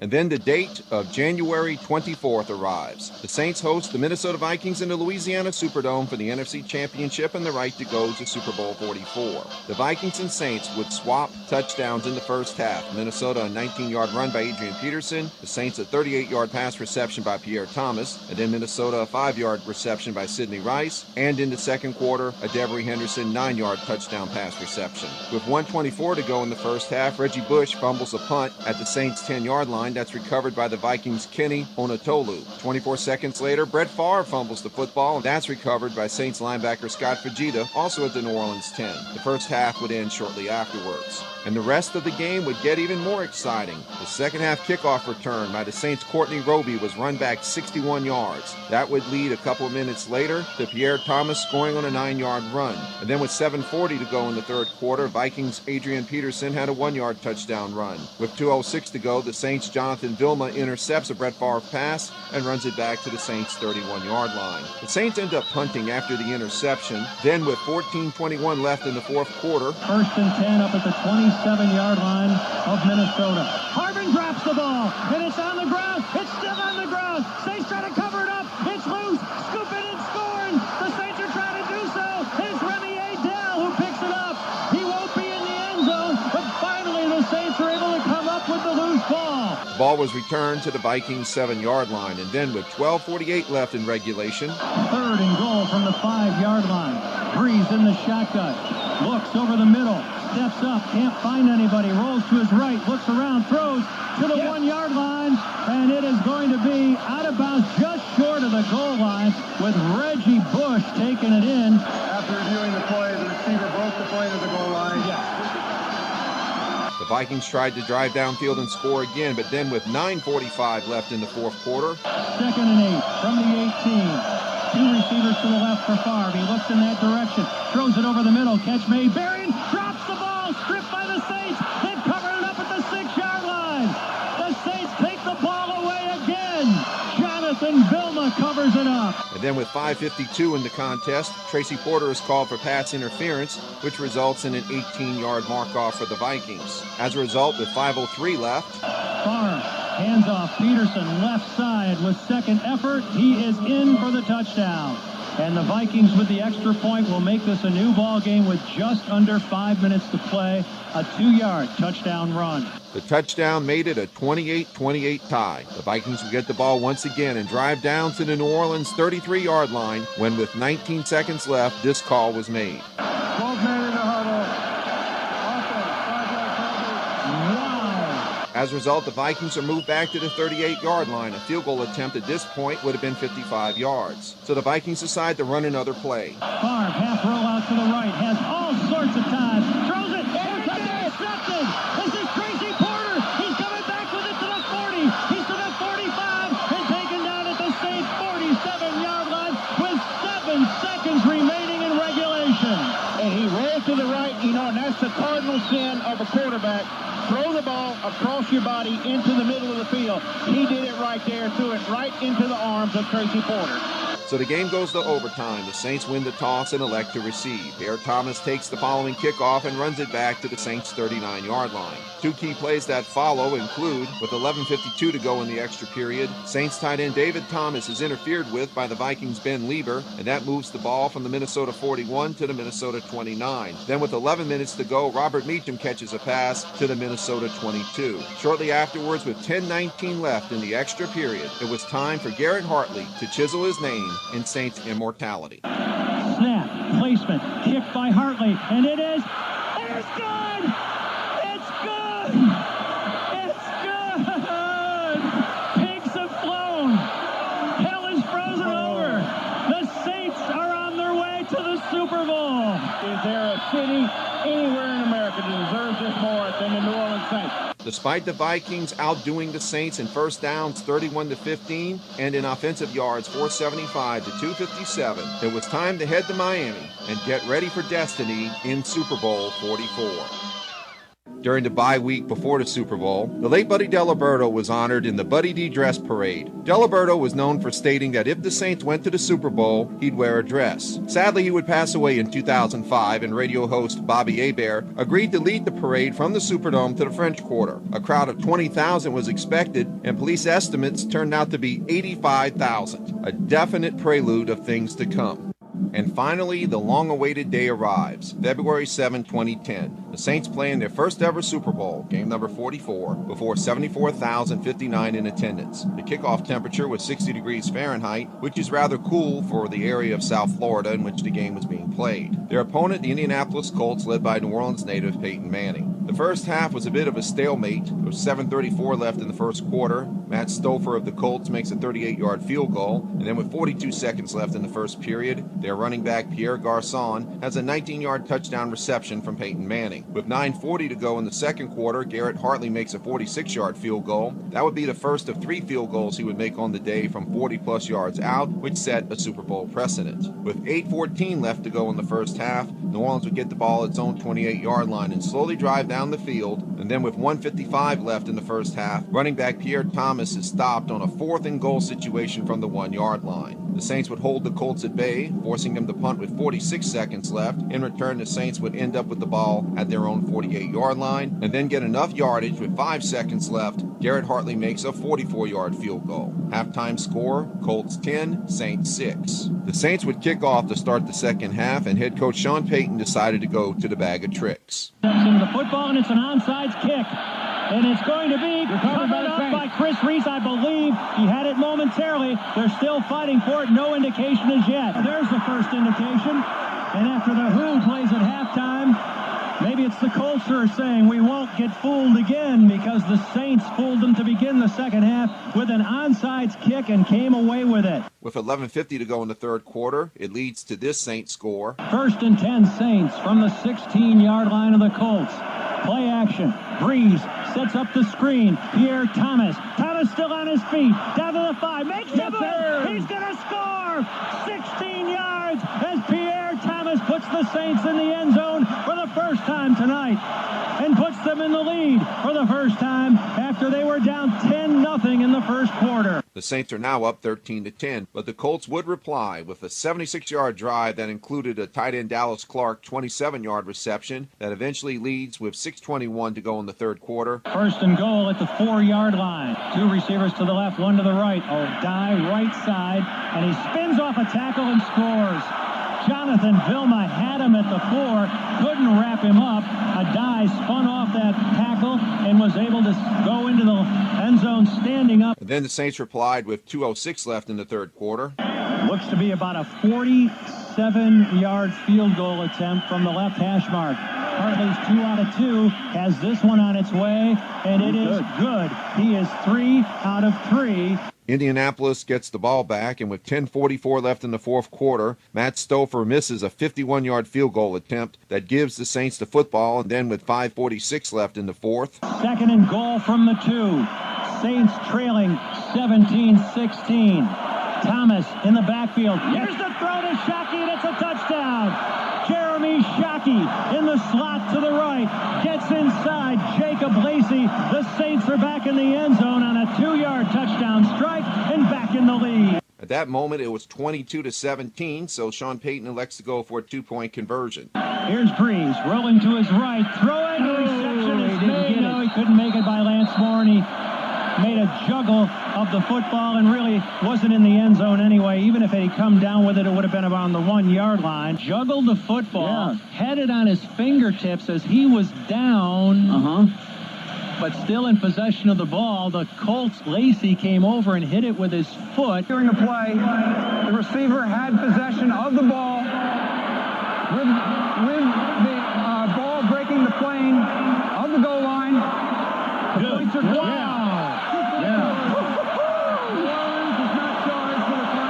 There you go. Good job, Lance Moore. Now the Saints are up 24-17. The Colts get the ball at their own 30-yard line following the kickoff with 5:35 left in the fourth quarter. They would slowly drive down the field, but then with 3:24 left in the game. 3rd and 5 from the New Orleans 31.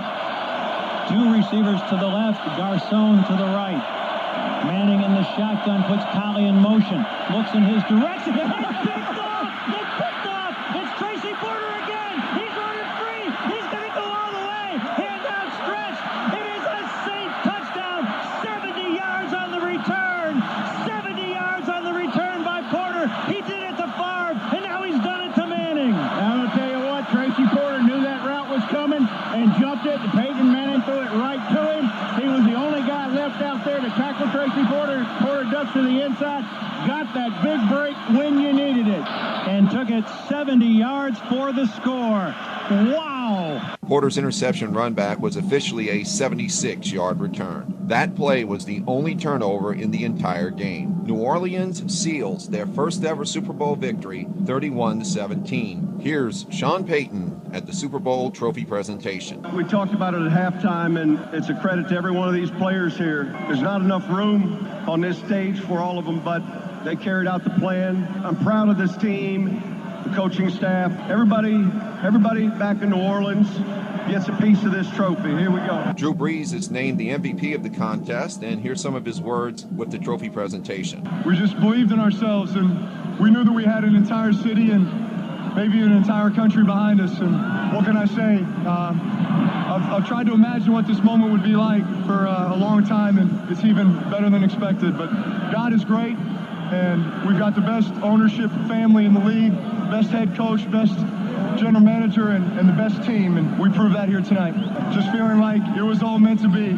It's all destiny. Thank you. Yeah, Mardi Gras may never end. The celebration's not going to end. Drew Brees would tie a Super Bowl record with 32 completions in a contest. Peyton Manning would have 31. The Saints are the first team to beat 3 Super Bowl winning quarterbacks in one postseason. They are the only team ever to be down by at least 7 points in 3 playoff games in one season and come back to win them all. Even harder to believe, 17 13 Saints on the 2009 roster were not taken in the NFL draft. 2 days later, New Orleans celebrates the Saints' first ever Super Bowl win with a victory parade that started at the Superdome and ended near Mardi Gras World. Police estimate some 800,000 people attended the event, easily a record crowd for any organized parade in city history. Here's some comments from head coach Sean Payton atop the float he was riding. Everybody that's here tonight can't touch this, and I know on behalf of the team, the organization, we just wish you could spend one night with it, because your support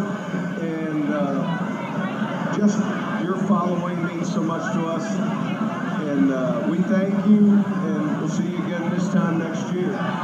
And aboard another float, here's some words from Drew Brees. All right, well, this toast goes out to you. We love you, and we won that championship for you. Hey!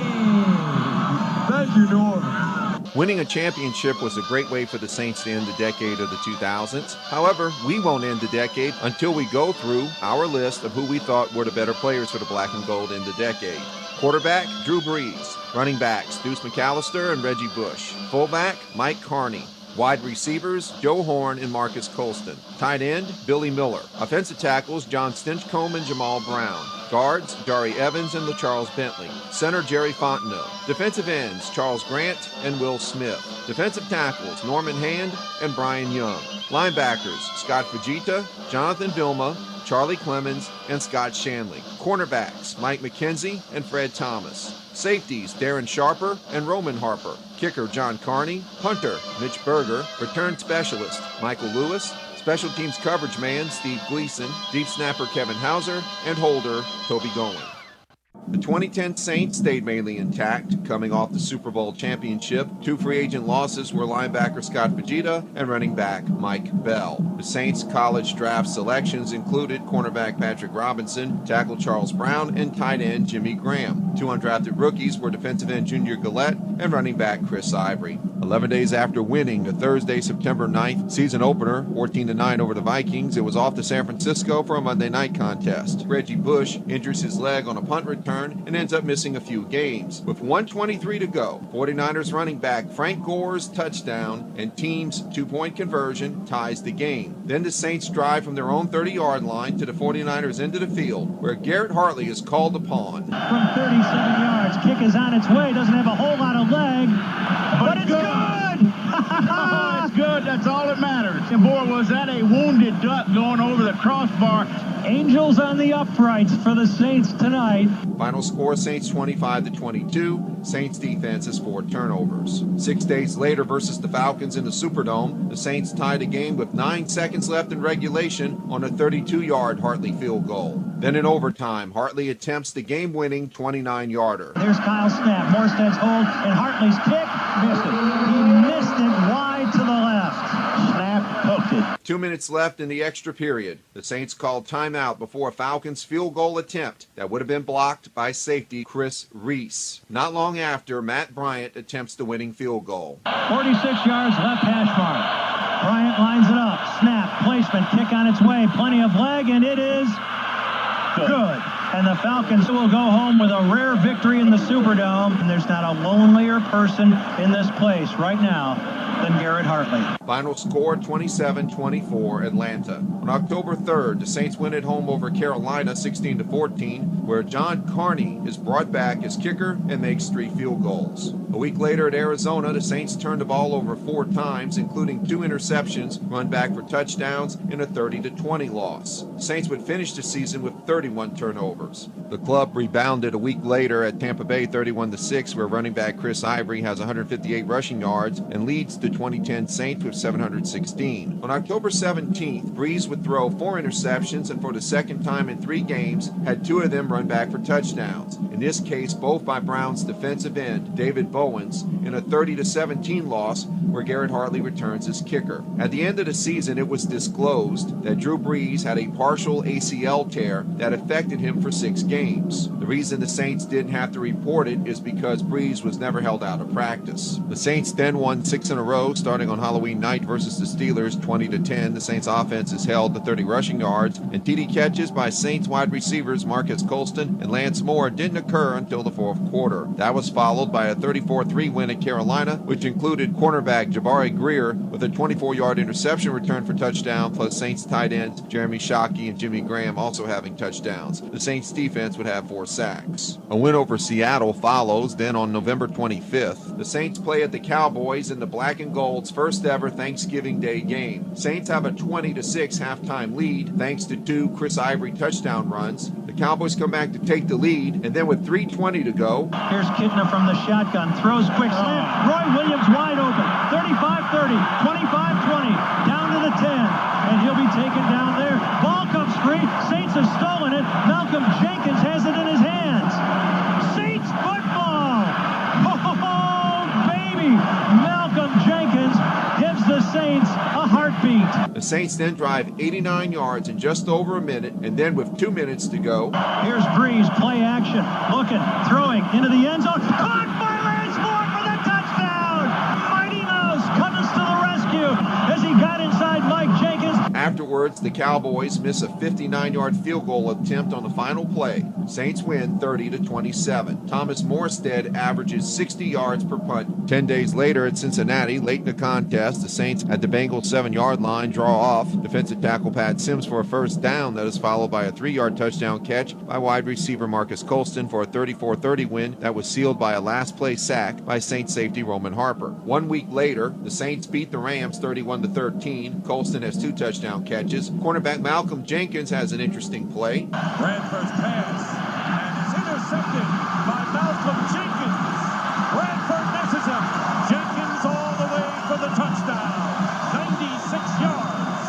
And how things change in a hurry. The Saints defense had 3 sacks and 2 forced fumbles. The winning streak ends with a loss at Baltimore 30-24. Ravens defense has 3 turnovers, and running back Ray Rice has 233 combined yards. On Monday night, December 27th, the Saints became the first NFC South team, which was created in 2002, to qualify for the playoffs in consecutive years by winning at Atlanta 17-14. The final Saints points involved driving 90 yards and using almost 7 minutes, ending with a 6-yard touchdown catch by Jimmy Graham.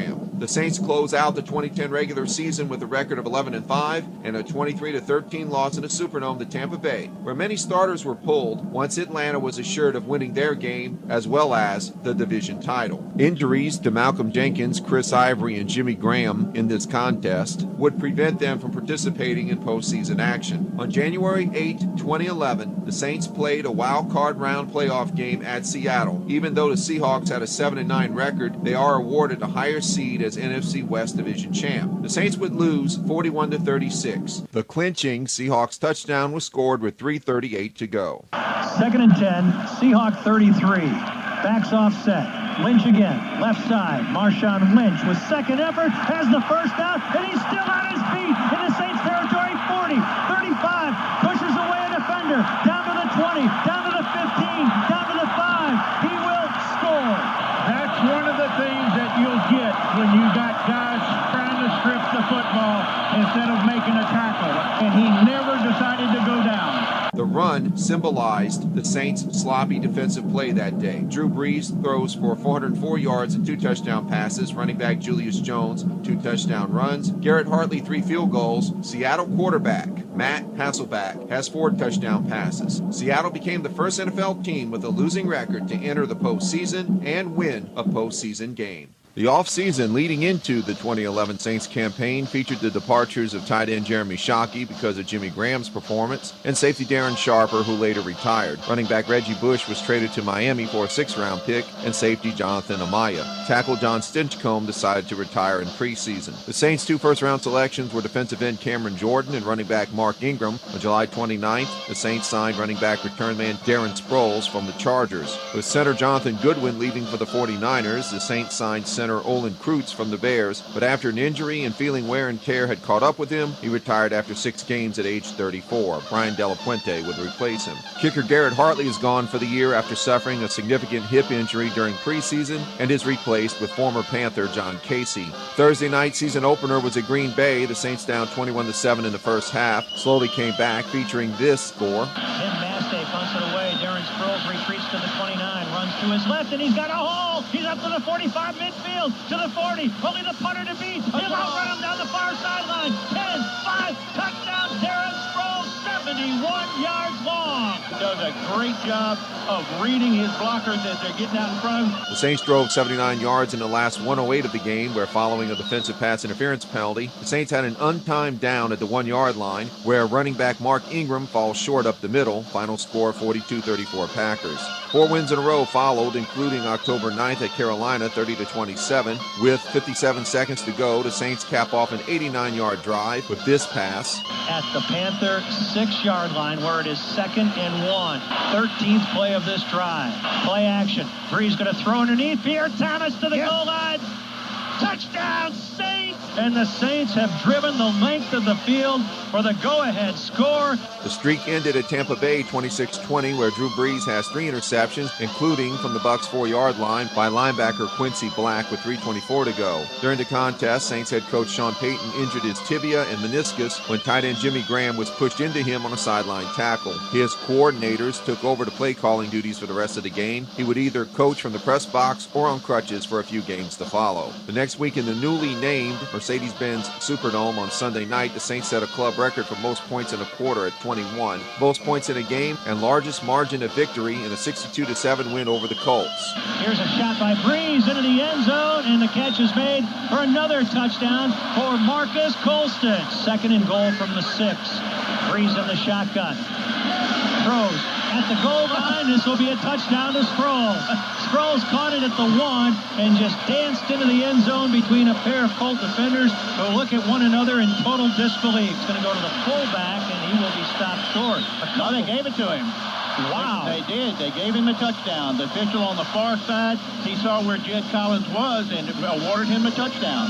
Rolling right, Breeze pulls it down, throws it low. Jimmy Graham to the goal line, slides over for the touchdown. The ball was thrown low and a little bit behind him. He went down and took it in, just as easy as that. Here's Sproles again, right side this time. Sproles inside the 10. Sproles on his feet. Sproles will score.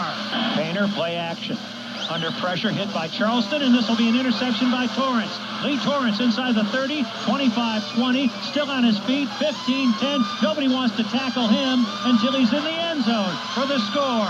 42 yards on the interception return. Saints offense has 557 total yards. Defense has 2 fumble recoveries. The next week, the Saints were upset at the St. Louis Rams 31-21 in the first half's last 2 minutes. The Rams block a punt, setting up 1 touchdown. Then Breeze throws an interception to defensive back Josh Gordy, setting up another one. Rams safety Darian Stewart runs back a 27-yard interception for touchdown in the 4th quarter. Their defense has 6 sacks, including Chris Long with 3. The Saints would rebound and win their remaining regular season games to go 13-3 and set an NFL season record with fewest fumbles lost with 6. Wins within this streak include at Atlanta in overtime. The Falcons scored 10 points late in the 4th quarter, including a Matt Bryant tying 27-yard field goal in the last play of regulation, capping off an 85-yard drive. In overtime, Atlanta tries a 4th and 1 from their own 29-yard line. Backs and an eye, tailback is Turner.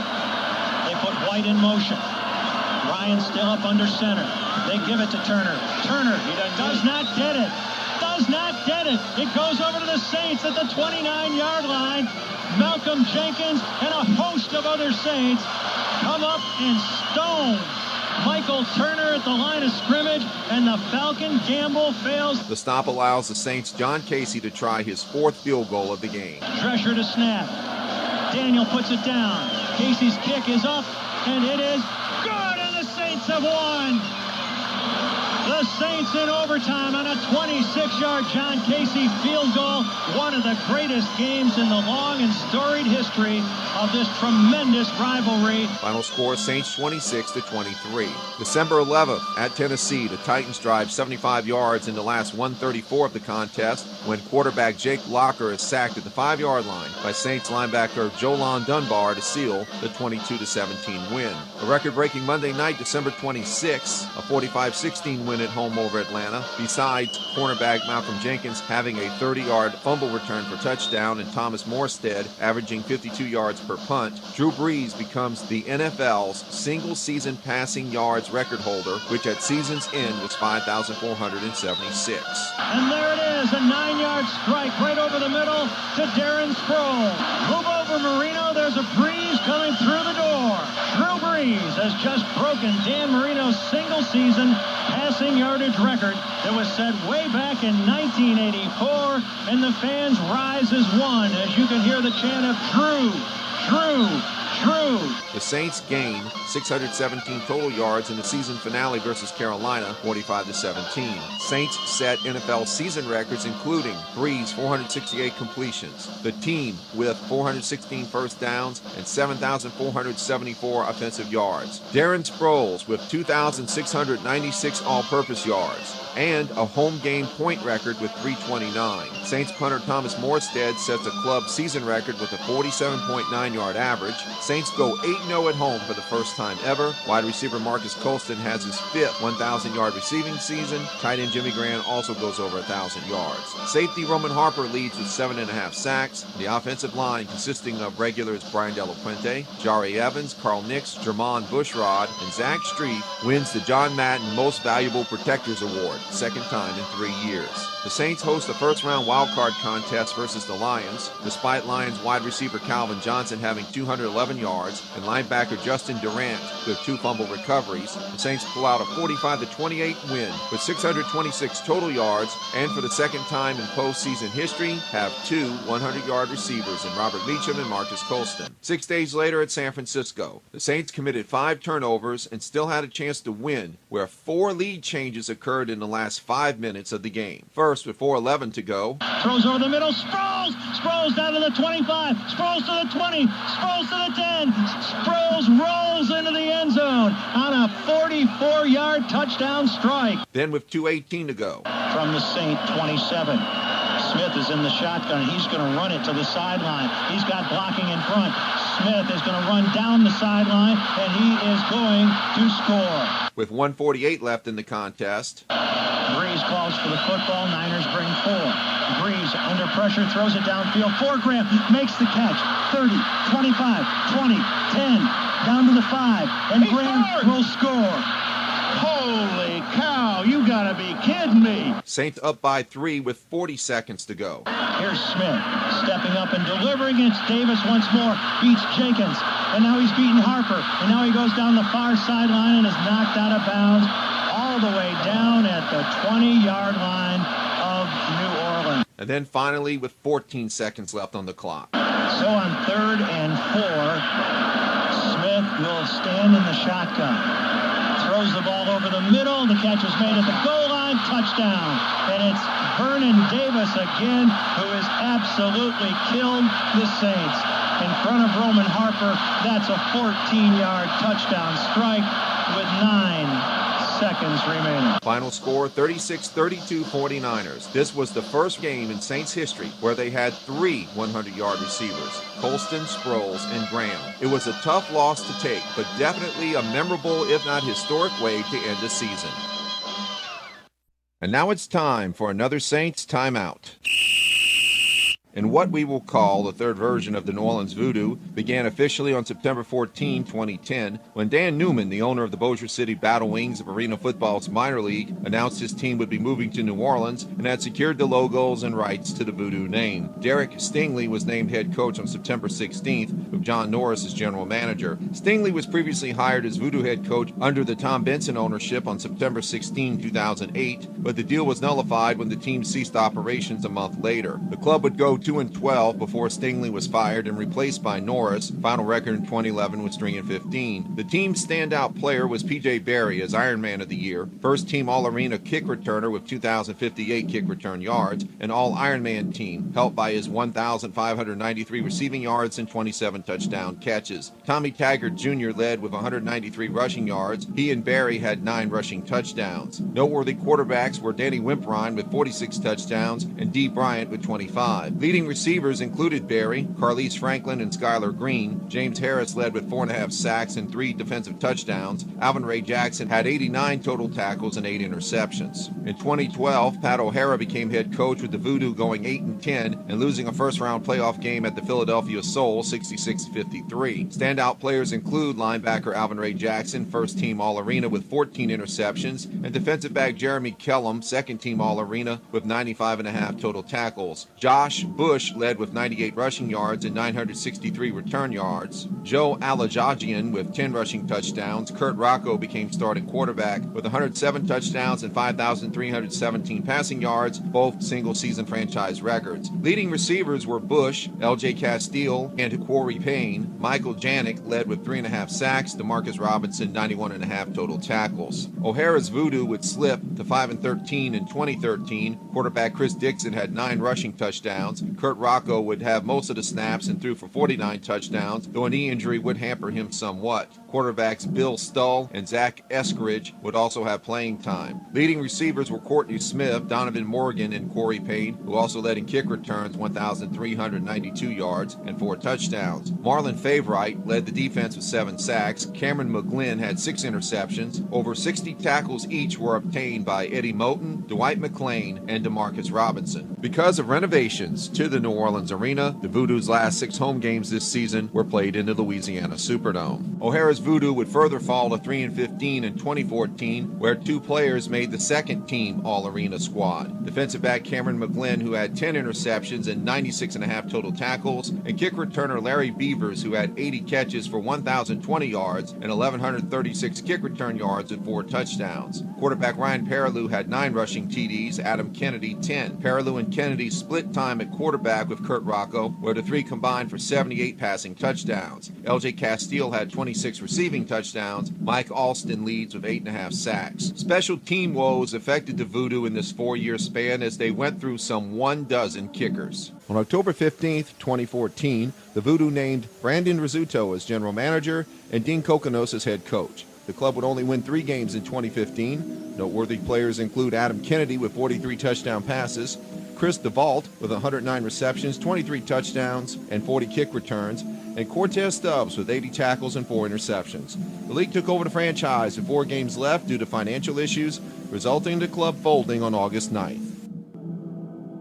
2012 off the field was chaotic for the Saints as on March 2nd, news breaks that the NFL is investigating the team for a possible bounty and non-contract pay for performance activities between 2009 and 2011. On March 21st, Commissioner Roger Goodell indefinitely suspends ex-Saints defensive coordinator Greg Williams, a year sanction for Saints head coach Sean Payton, plus near half-season suspensions for assistant coach Joe Vitt and general manager Mickey Loomis, in addition to the team losing 2 second-round draft choices and fined $500,000. On April 4th, an audio tape surfaces of Greg Williams telling players to go after specific players' injured areas. Tape was released by Sean Pampelon, a movie producer who was filming a documentary about Saints player Steve Gleason that was given special access to team functions. 6 days later, it is made known that the original NFL source for Bountygate was fired Saints assistant coach Mike Cirillo. On April 23rd, insult to injury occurs when ESPN's John Barr states a source that GM Mickey Loomis eavesdropped on opposing coaches' game day communications from 2002 to 2004, an accusation that the Louisiana State Police later state they found no evidence of. WVUE Television later disclosed the source of the ESPN interview was former Superdome game day employee Tim Landry. On May 2nd, Roger Goodell suspends current Saints players Jonathan Vilma for the 2012 season and Will Smith for 4 games, along with ex-Saints Scott Fajita and Anthony Hargrove, to which 2 weeks later, Vilma sues Goodell in federal court for defamation of character. Vilma's suit was later dismissed by a federal judge. On August 22nd, offensive line coach Aaron Cromer is named sub-interim head coach for the first 6 regular season games, then Joe Vitt takes over the rest of the way. September 7th, a collective bargaining panel overturns player suspensions and can continue playing until Goodell restates his case, which he does a month later and reapplies suspensions. November 4th finds that Sean Payton's contract is invalidated by the NFL over an out clause to which Payton would become a free agent when his suspension ends at the end of the 2012 season. Then the biggest surprise on December 12th, when former Commissioner Paul Tagliabue, who took over for Goodell NFL in the new appeal process, throws out all player suspensions, stating that this was more an organizational failure. The calendar year concluded with the December 28th announcement that Sean Payton did agree to a new contract with a salary of some $8 million a year for 5 years. On January 22, 2013, Sean Payton was formally reinstated as Saints head coach. Now to more of the game day side of the 2012 Saints. Defensive coordinator Greg Williams' contract is not renewed and is replaced with Steve Spagnuolo on January 19th. His philosophy didn't congeal with the players and led to the Saints setting an NFL record, 7,042 yards allowed, and 10 consecutive games allowing at least 400 yards. Spagnuolo was fired after one season. Guard Carl Nix leaves in free agency. He is replaced with former Raven Ben Grubbs. Other free agent signees include defensive tackle Broderick Buntley and linebacker Curtis Lofton and David Hawthorne. Garrett Hartley returns as kicker. Saints college draft selections include first-rounder defensive tackle Akeem Hicks and undrafted signee Travaris Cadet. On July 12th, Drew Brees agrees to a new 5-year, $100 million contract, negotiations for which were on and off for over a year. In August 2012, longtime Saints offensive tackle William Rowe was inducted into the Pro Football Hall of Fame in Canton, Ohio. 2 years earlier, longtime linebacker Ricky Jackson was also inducted. The Saints start the season 0-4, including September 23rd, up 24-6 before the Chiefs scored 21 straight points, including the winning 31-yard field goal in overtime, 27-24. Kansas City's Jamal Charles has a 91-yard touchdown run where replacement officials made several mistakes, including an uncalled holding penalty on the run. Regular officials returned the next week. The Saints finally win 31-24 over San Diego on October 7th, where Drew Brees surpasses an NFL milestone. Brees steps up in the pocket, throws, and it's wide open. Henderson, 10, 5, and there it is. He's done it. High tops and flat tops give way to low cuts and Drew cuts. Drew Brees passes Johnny Unitas, throwing a touchdown in his 48th straight game. It is a 40-yard strike to Devery Henderson.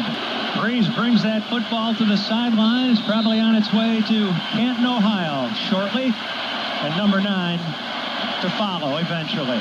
Defensive end Martez Wilson's late-game fumble recovery sealed the win. Marquez Colston becomes the Saints' all-time leader in receiving touchdowns with 52. Versus the 49ers later in the season, he became the club's all-time leader in touchdowns from scrimmage with 56. On October 21st at Tampa Bay, Saints cornerback Malcolm Jenkins makes an amazing stop midway through the third quarter. 2nd and 10 at the 4-yard line. Freeman drops, looks to his left, throws, and it's going to be caught on a juggling reception by Jackson. There's nobody home in the Saints secondary.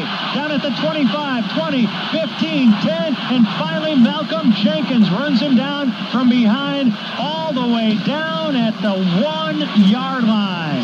That is going to be a 95-yard reception. Right afterwards, the Saints would try to hold the Bucs in a 4th down and goal situation. From outside the 1. Play action. No, it's Freeman rolling right. Can he outrun Cameron Jordan? No. He cannot! Jordan brings him down, back around the 4-yard line. What a goal line stand. You got to give Malcolm Jenkins all the credit in the world for chasing down Vincent Jackson, who looked like he was going to have a 97-yard touchdown. On the final play of the game, the Bucs are in striking distance for the tying touchdown when Freeman calls for the football, has time. Now the pocket breaks down and he has to scramble. Rolling to his left, looking downfield, throwing back in the end zone, caught for the touchdown. There's a flag down on the play. Mike Williams on the catch. Illegal touching by the offense, number 19. The player stepped out of bounds, came back inbounds, and was the first to make the pass. Ruled by the offense in the last play of the game. The game is over. Final score, Saints 35-28. A loss at Denver follows, then 3 wins in a row, including over the Eagles, which featured... And Vick looks to his left, throws, and it's going to be intercepted on a tip. Back to the 20, back to the 30, and there goes Patrick Robinson with nobody between him and the goal line. Down to the 20, 15, 10, 5, touchdown.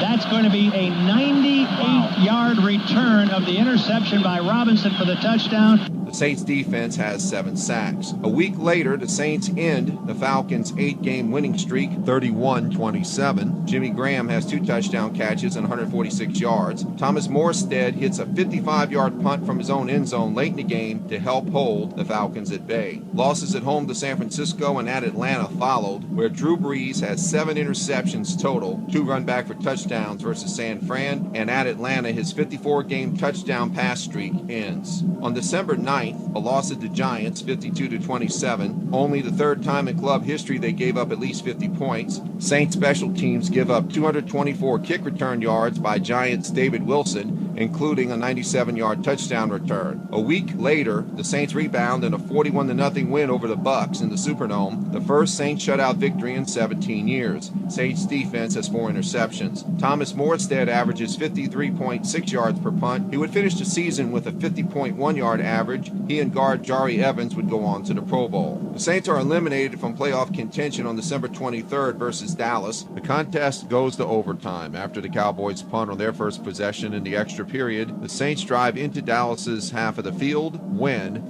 Brees throws over the middle, catch made, but dropped by Colston. Is it an incomplete pass or a fumble? Saints are going to fight for the football down around the 1-yard line. Jimmy Graham was down there fighting for it and comes away with the football. It is the Saints football down around the 2-yard line. Jimmy Graham outfights a pair of Cowboys led by Frampton for the football. From there, it was time for Garrett Hartley to try the winning attempt. A 20-yard field goal. Daniel puts it down. Hartley puts it up, and he puts it through. The Saints, after blowing a 14-point lead late in the 4th quarter, rallied to win. With 10:37 left in the extra period, it was Saints 34, Dallas 31. A 44-38 loss at home to Carolina closes out the 7-9 season, where Drew Brees becomes the first NFL player to throw for at least 5,000 yards in 3 straight seasons. Marcus Colston and Lance Moore each have at least 1,000 yards receiving, and Jimmy Graham has 85 catches despite having a wrist injury most of the season. Cameron Jordan has 8.5 sacks on the campaign, and the defense would score 4 touchdowns. And now it's time for another Saints timeout. February the 3rd of 2013, Super Bowl 47 was held in New Orleans. Baltimore would dominate the first half. From the 13, Flacco, end zone bound, and he's got a touchdown! Antoine Bowman! Play action fake to Rice. Flacco, hit up for the touchdown. Touchdown Baltimore. 3rd and 10. Flacco heaves it down the field. Open is Jones. Catches his on his back. He can get up. Jones takes the shift. Jones to the end zone, and he's in for the score. What a play by Jacoby Jones. San Francisco could only muster 2 field goals to make it 21-6 at halftime, and you really thought Baltimore would run away with it at the beginning of the 3rd quarter. Now this could be a run back from 9 deep for Jacoby Jones, and look at him go. Jones is past the 50, and he is flying inside the 20, and a kickoff return to the touchdown, an all-time record. Jacoby Jones would wind up with a 108-yard kickoff return for a touchdown to start that second half, and would finish the game with 206 return yards. Half the power in Superdome here is out, in almost a perfect semicircle of the light. Half the stadium stayed light, half of it went out. The scoreboard is also not working as well. The unforeseen power outage delayed the game by some 30 or so minutes, making the total length of the game 4 hours and 14 minutes. However, after the power outage, it definitely gave some momentum to the 49ers. From the 31, and Kaepernick again. Hits it in there. Crabtree still on his feet and in for the touchdown. Bounced off of 2 hits. Got a 1st and goal to go. It's Gore running right side, and Gore has the edge and the touchdown. San Francisco. After those 2 touchdowns by the 49ers, the Ravens would fumble away the football and give it back to San Francisco, resulting in a David Akers field goal. Through 3 quarters of play, it became 28-23 Baltimore, and then Justin Tucker of the Ravens would kick a 19-yard field goal to make it 31-23 after the start of the 4th quarter. Then the 49ers would come back again. 2nd and 7 as Kaepernick forced outside and taken off. Inside the 10,